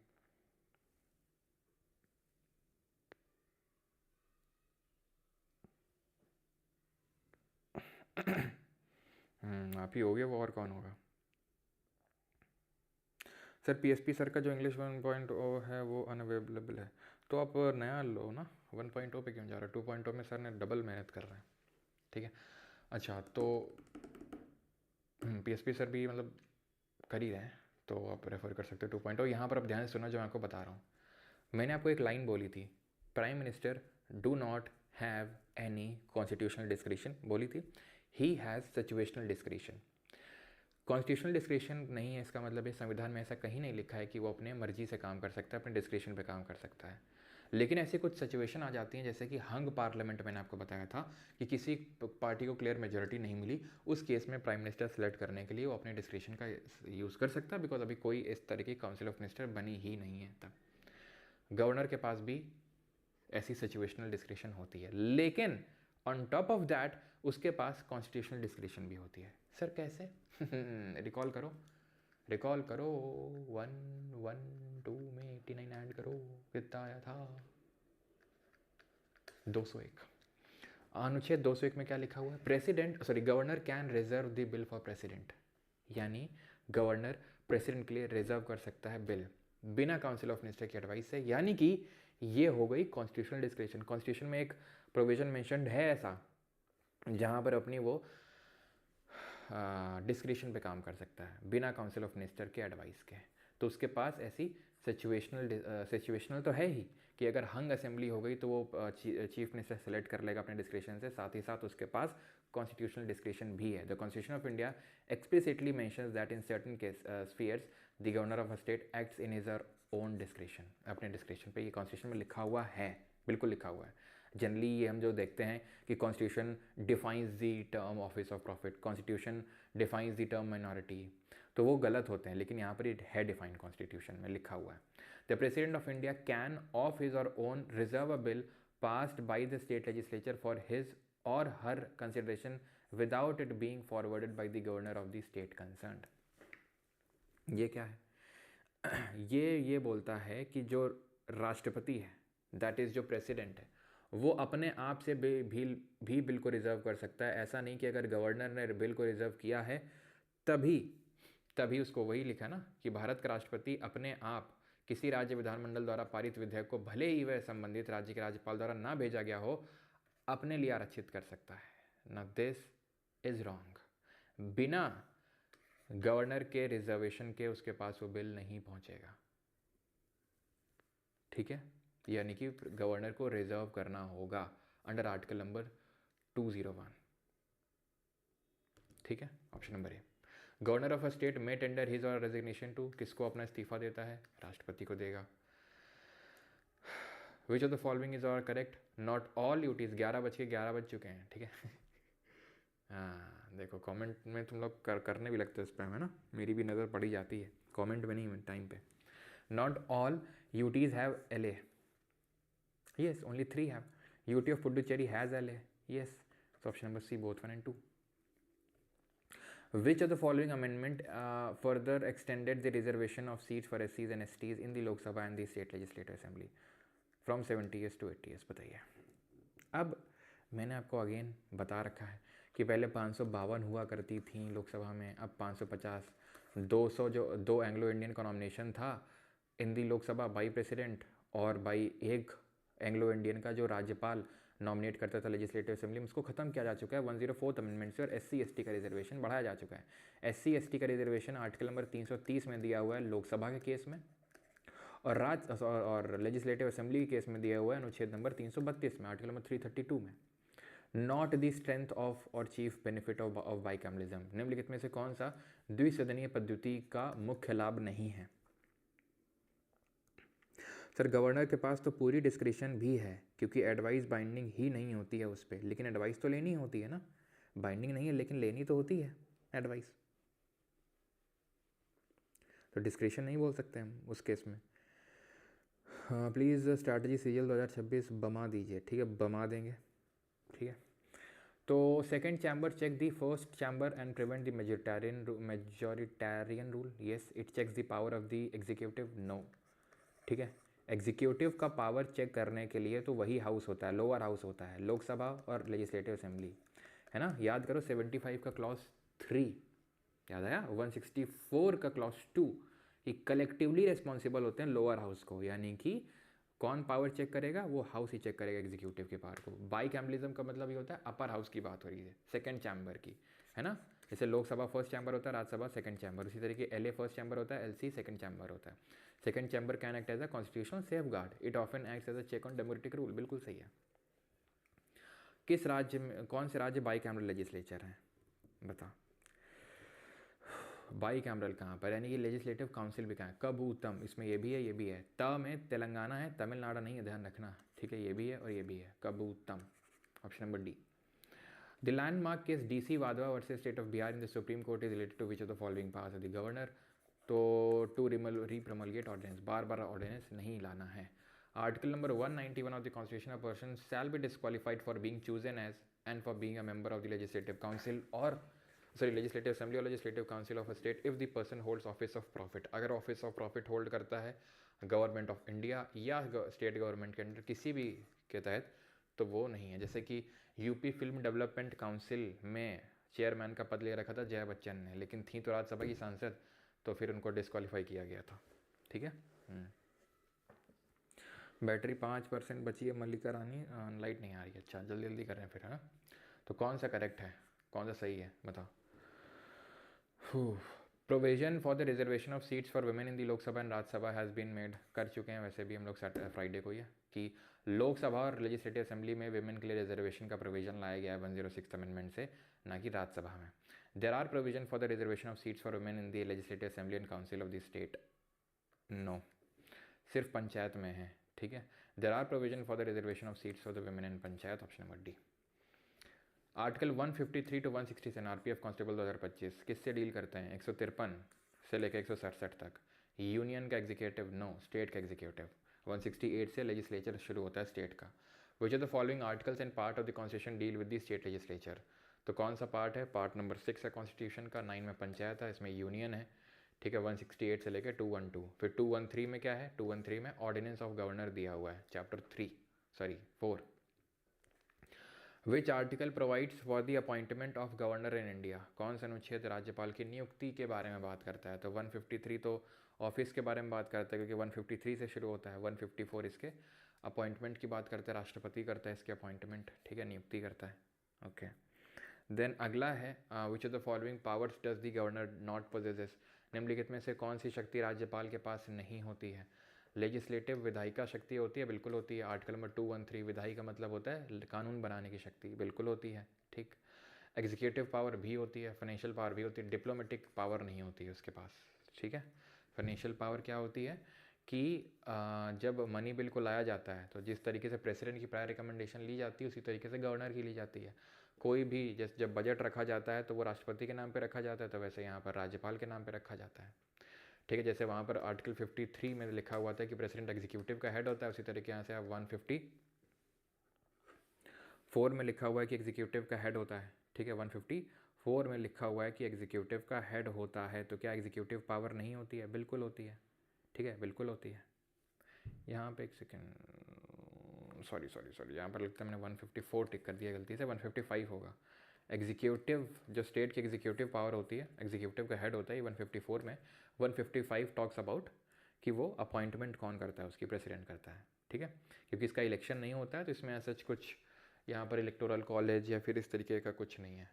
विच डिस्क्रिशनरी, और ना ही इसका इम्पीचमेंट होता है ना गवर्नर का। Which discretionary power allows a governor to reserve a bill passed by the state legislature, बताओ। कौन सी विवेकाधीन शक्ति राज्यपाल को राज्य विधानमंडल द्वारा पारित विधेयक को राष्ट्रपति के विचारार्थ आरक्षित करने की अनुमति देता है। To send a report, simple, to reserve a bill for the present consideration. सीधा क्वेश्चन है भाई, ये तो जो क्वेश्चन पूछ रहा है वही आंसर भी लिखा हुआ सीधा, है ना। चलो ये करो। 16th, governors is states constitutional head, राज्यपाल राज्य का संवैधानिक प्रमुख होता है। He act solely on council advice, ये सिर्फ काउंसिल के एडवाइस पे काम करता है। नहीं, कई इंसिडेंसेस में वो अपने आप से भी काम कर लेता है। और कहीं पे जब डिस्क्वालिफिकेशन करना होता है, अगर आप याद करो, डिस्क्वालिफिकेशन जहाँ करना होता है वहाँ पर वो खुद से इलेक्शन कमीशन ऑफ इंडिया की एडवाइस लेकर डिस्क्वालिफिकेशन करता है। अब मैं तुमसे पूछ रहा हूँ, डिस्क्वालिफिकेशन गवर्नर डिसाइड करेगा इलेक्शन कमीशन से पूछे किस आर्टिकल में लिखा हुआ है, किस आर्टिकल में, तो तुम तुरंत रिकॉल करोगे यूनियन में किस आर्टिकल में लिखा हुआ है, पार्ट 5 में 103 में। तो क्या कर देना, 89 ऐड कर देना, क्योंकि 112 से 90 ऐड करना है। तो 9 3 12, 8 1 9 और 1, तो 192 में दिया हुआ है। हाँ, तो इस ये फ़ायदा है 89 और 90 का। विच of the following does not come under the power of the governor of a state. तो क्या पावर नहीं होती? Obligatory power, discretionary power, executive, legislative. Discretionary भी हमने देखा ही है, रिजर्व करना बिल को, है ना। एग्जीक्यूटिव भी देखा ही है, लेजिस्लेटिव भी होती है, ऑब्लिगेटरी करके कुछ नहीं होती है। ओके क्या करंट अफेयर के लिए बताएं? करंट अफेयर हो तो रहे हैं, कल करवाया तो था करंट अफेयर। करंट अफेयर के लिए बताइए कुछ, बताया मतलब करवा तो रहे हैं करंट अफेयर, मंथली आपको करने करंट अफेयर, और जब पेपर आएगा तो हम कंपाइलेशन दे दिया करेंगे, ख़त्म बात। ठीक है, जब पेपर आएगा तो कंपाइलेशन दे देंगे, अभी मंथली आप करते रहो, सिंपल सी बात है। इतनी सी बात है, लेकिन तुमको भी समझ नहीं आ रही है। Who is considered as a real executive head? तो भैया जैसे कि प्रेसिडेंट होता है क्या, डी ज्यूरे हेड या नॉमिनल हेड या टाइटलर हेड, हाँ, और पीएम होता है क्या, डिफैक्टो हेड या रियल हेड। उसी तरीके से गवर्नर होता है डी ज्यूरे नॉमिनल टाइटलर, और उसी तरीके से पीएम की जगह सीएम होता है। ठीक है, तो chief minister option number B. 19th करो। In state the council of ministers are collectively responsible to. तो किसको कलेक्टिवली रिस्पॉन्सिबल होता है? So they are collectively responsible to legislative assembly. Individual इसको रिस्पॉन्सिबल होंगे और कलेक्टिवली लेजिस्लेटिव असेंबली को। 20th who among the following makes the rules for the more convenient transaction? तो भैया कौन रूल्स बनाएगा? आर्टिकल 77। किस आर्टिकल में होगा ये? जैसे आर्टिकल नंबर 77 में यही चीज़ लिखी हुई यूनियन के लिए, तो 89 ऐड कर दो, 9 7 16, 8 7 5 16, 166। गवर्नर बनाएगा जैसे वहाँ प्रेसिडेंट बनाता है ना। ओके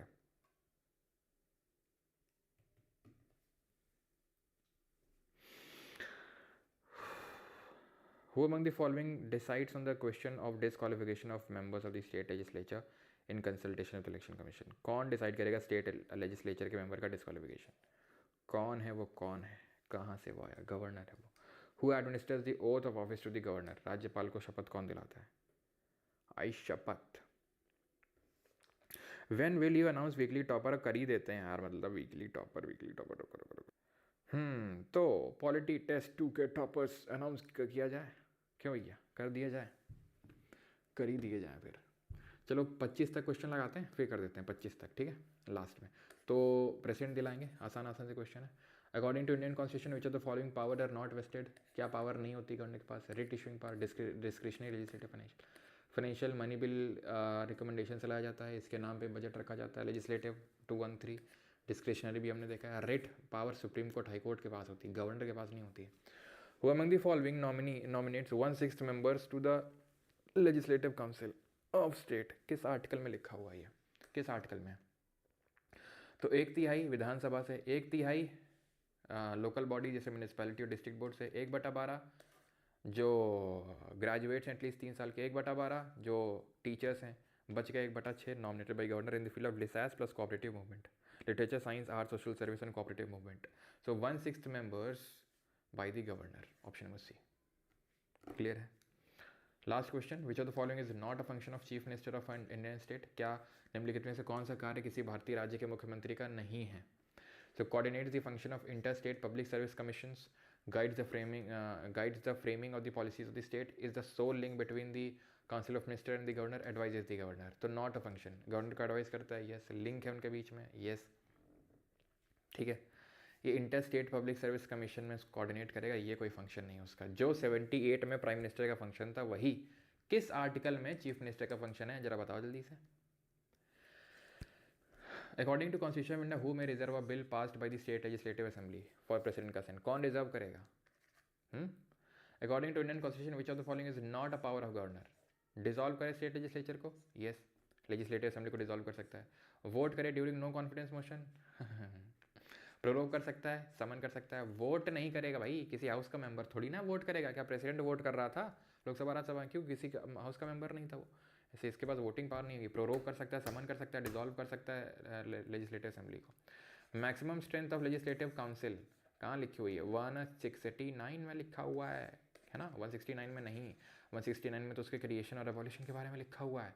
171 में लिखा हुआ है इसके कॉम्पोजिशन में, 1/3 से ज़्यादा नहीं हो सकते हैं, 40 से कम नहीं हो सकते हैं। 1/3 से ज़्यादा नहीं हो सकते, 40 से कम नहीं हो सकते हैं। ठीक है, जैसे लेजिस्लेटिव असेंबली में क्या है, 500 से ज़्यादा नहीं हो सकते हैं और 60 से कम नहीं हो सकते हैं, तो 1/3 मैक्सिमम है।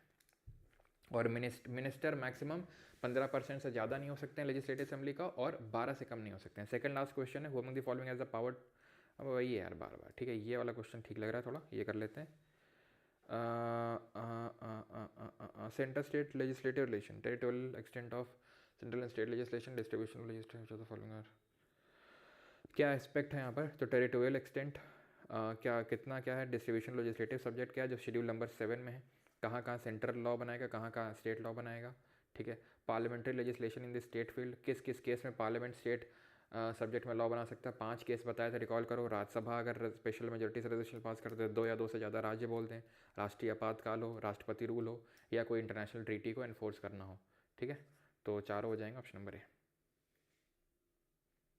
चलो, टेन्योर 5 साल का होता है, बाकी आप खुद से करेंगे, ठीक है। जो क्वेश्चंस हैं कोई टफ क्वेश्चंस नहीं है, ठीक है, आपको खुद से करने हैं ये सारे क्वेश्चंस, प्रैक्टिस जितने भी क्वेश्चंस हैं। अब विनर्स अनाउंस कर देते हैं, ठीक है।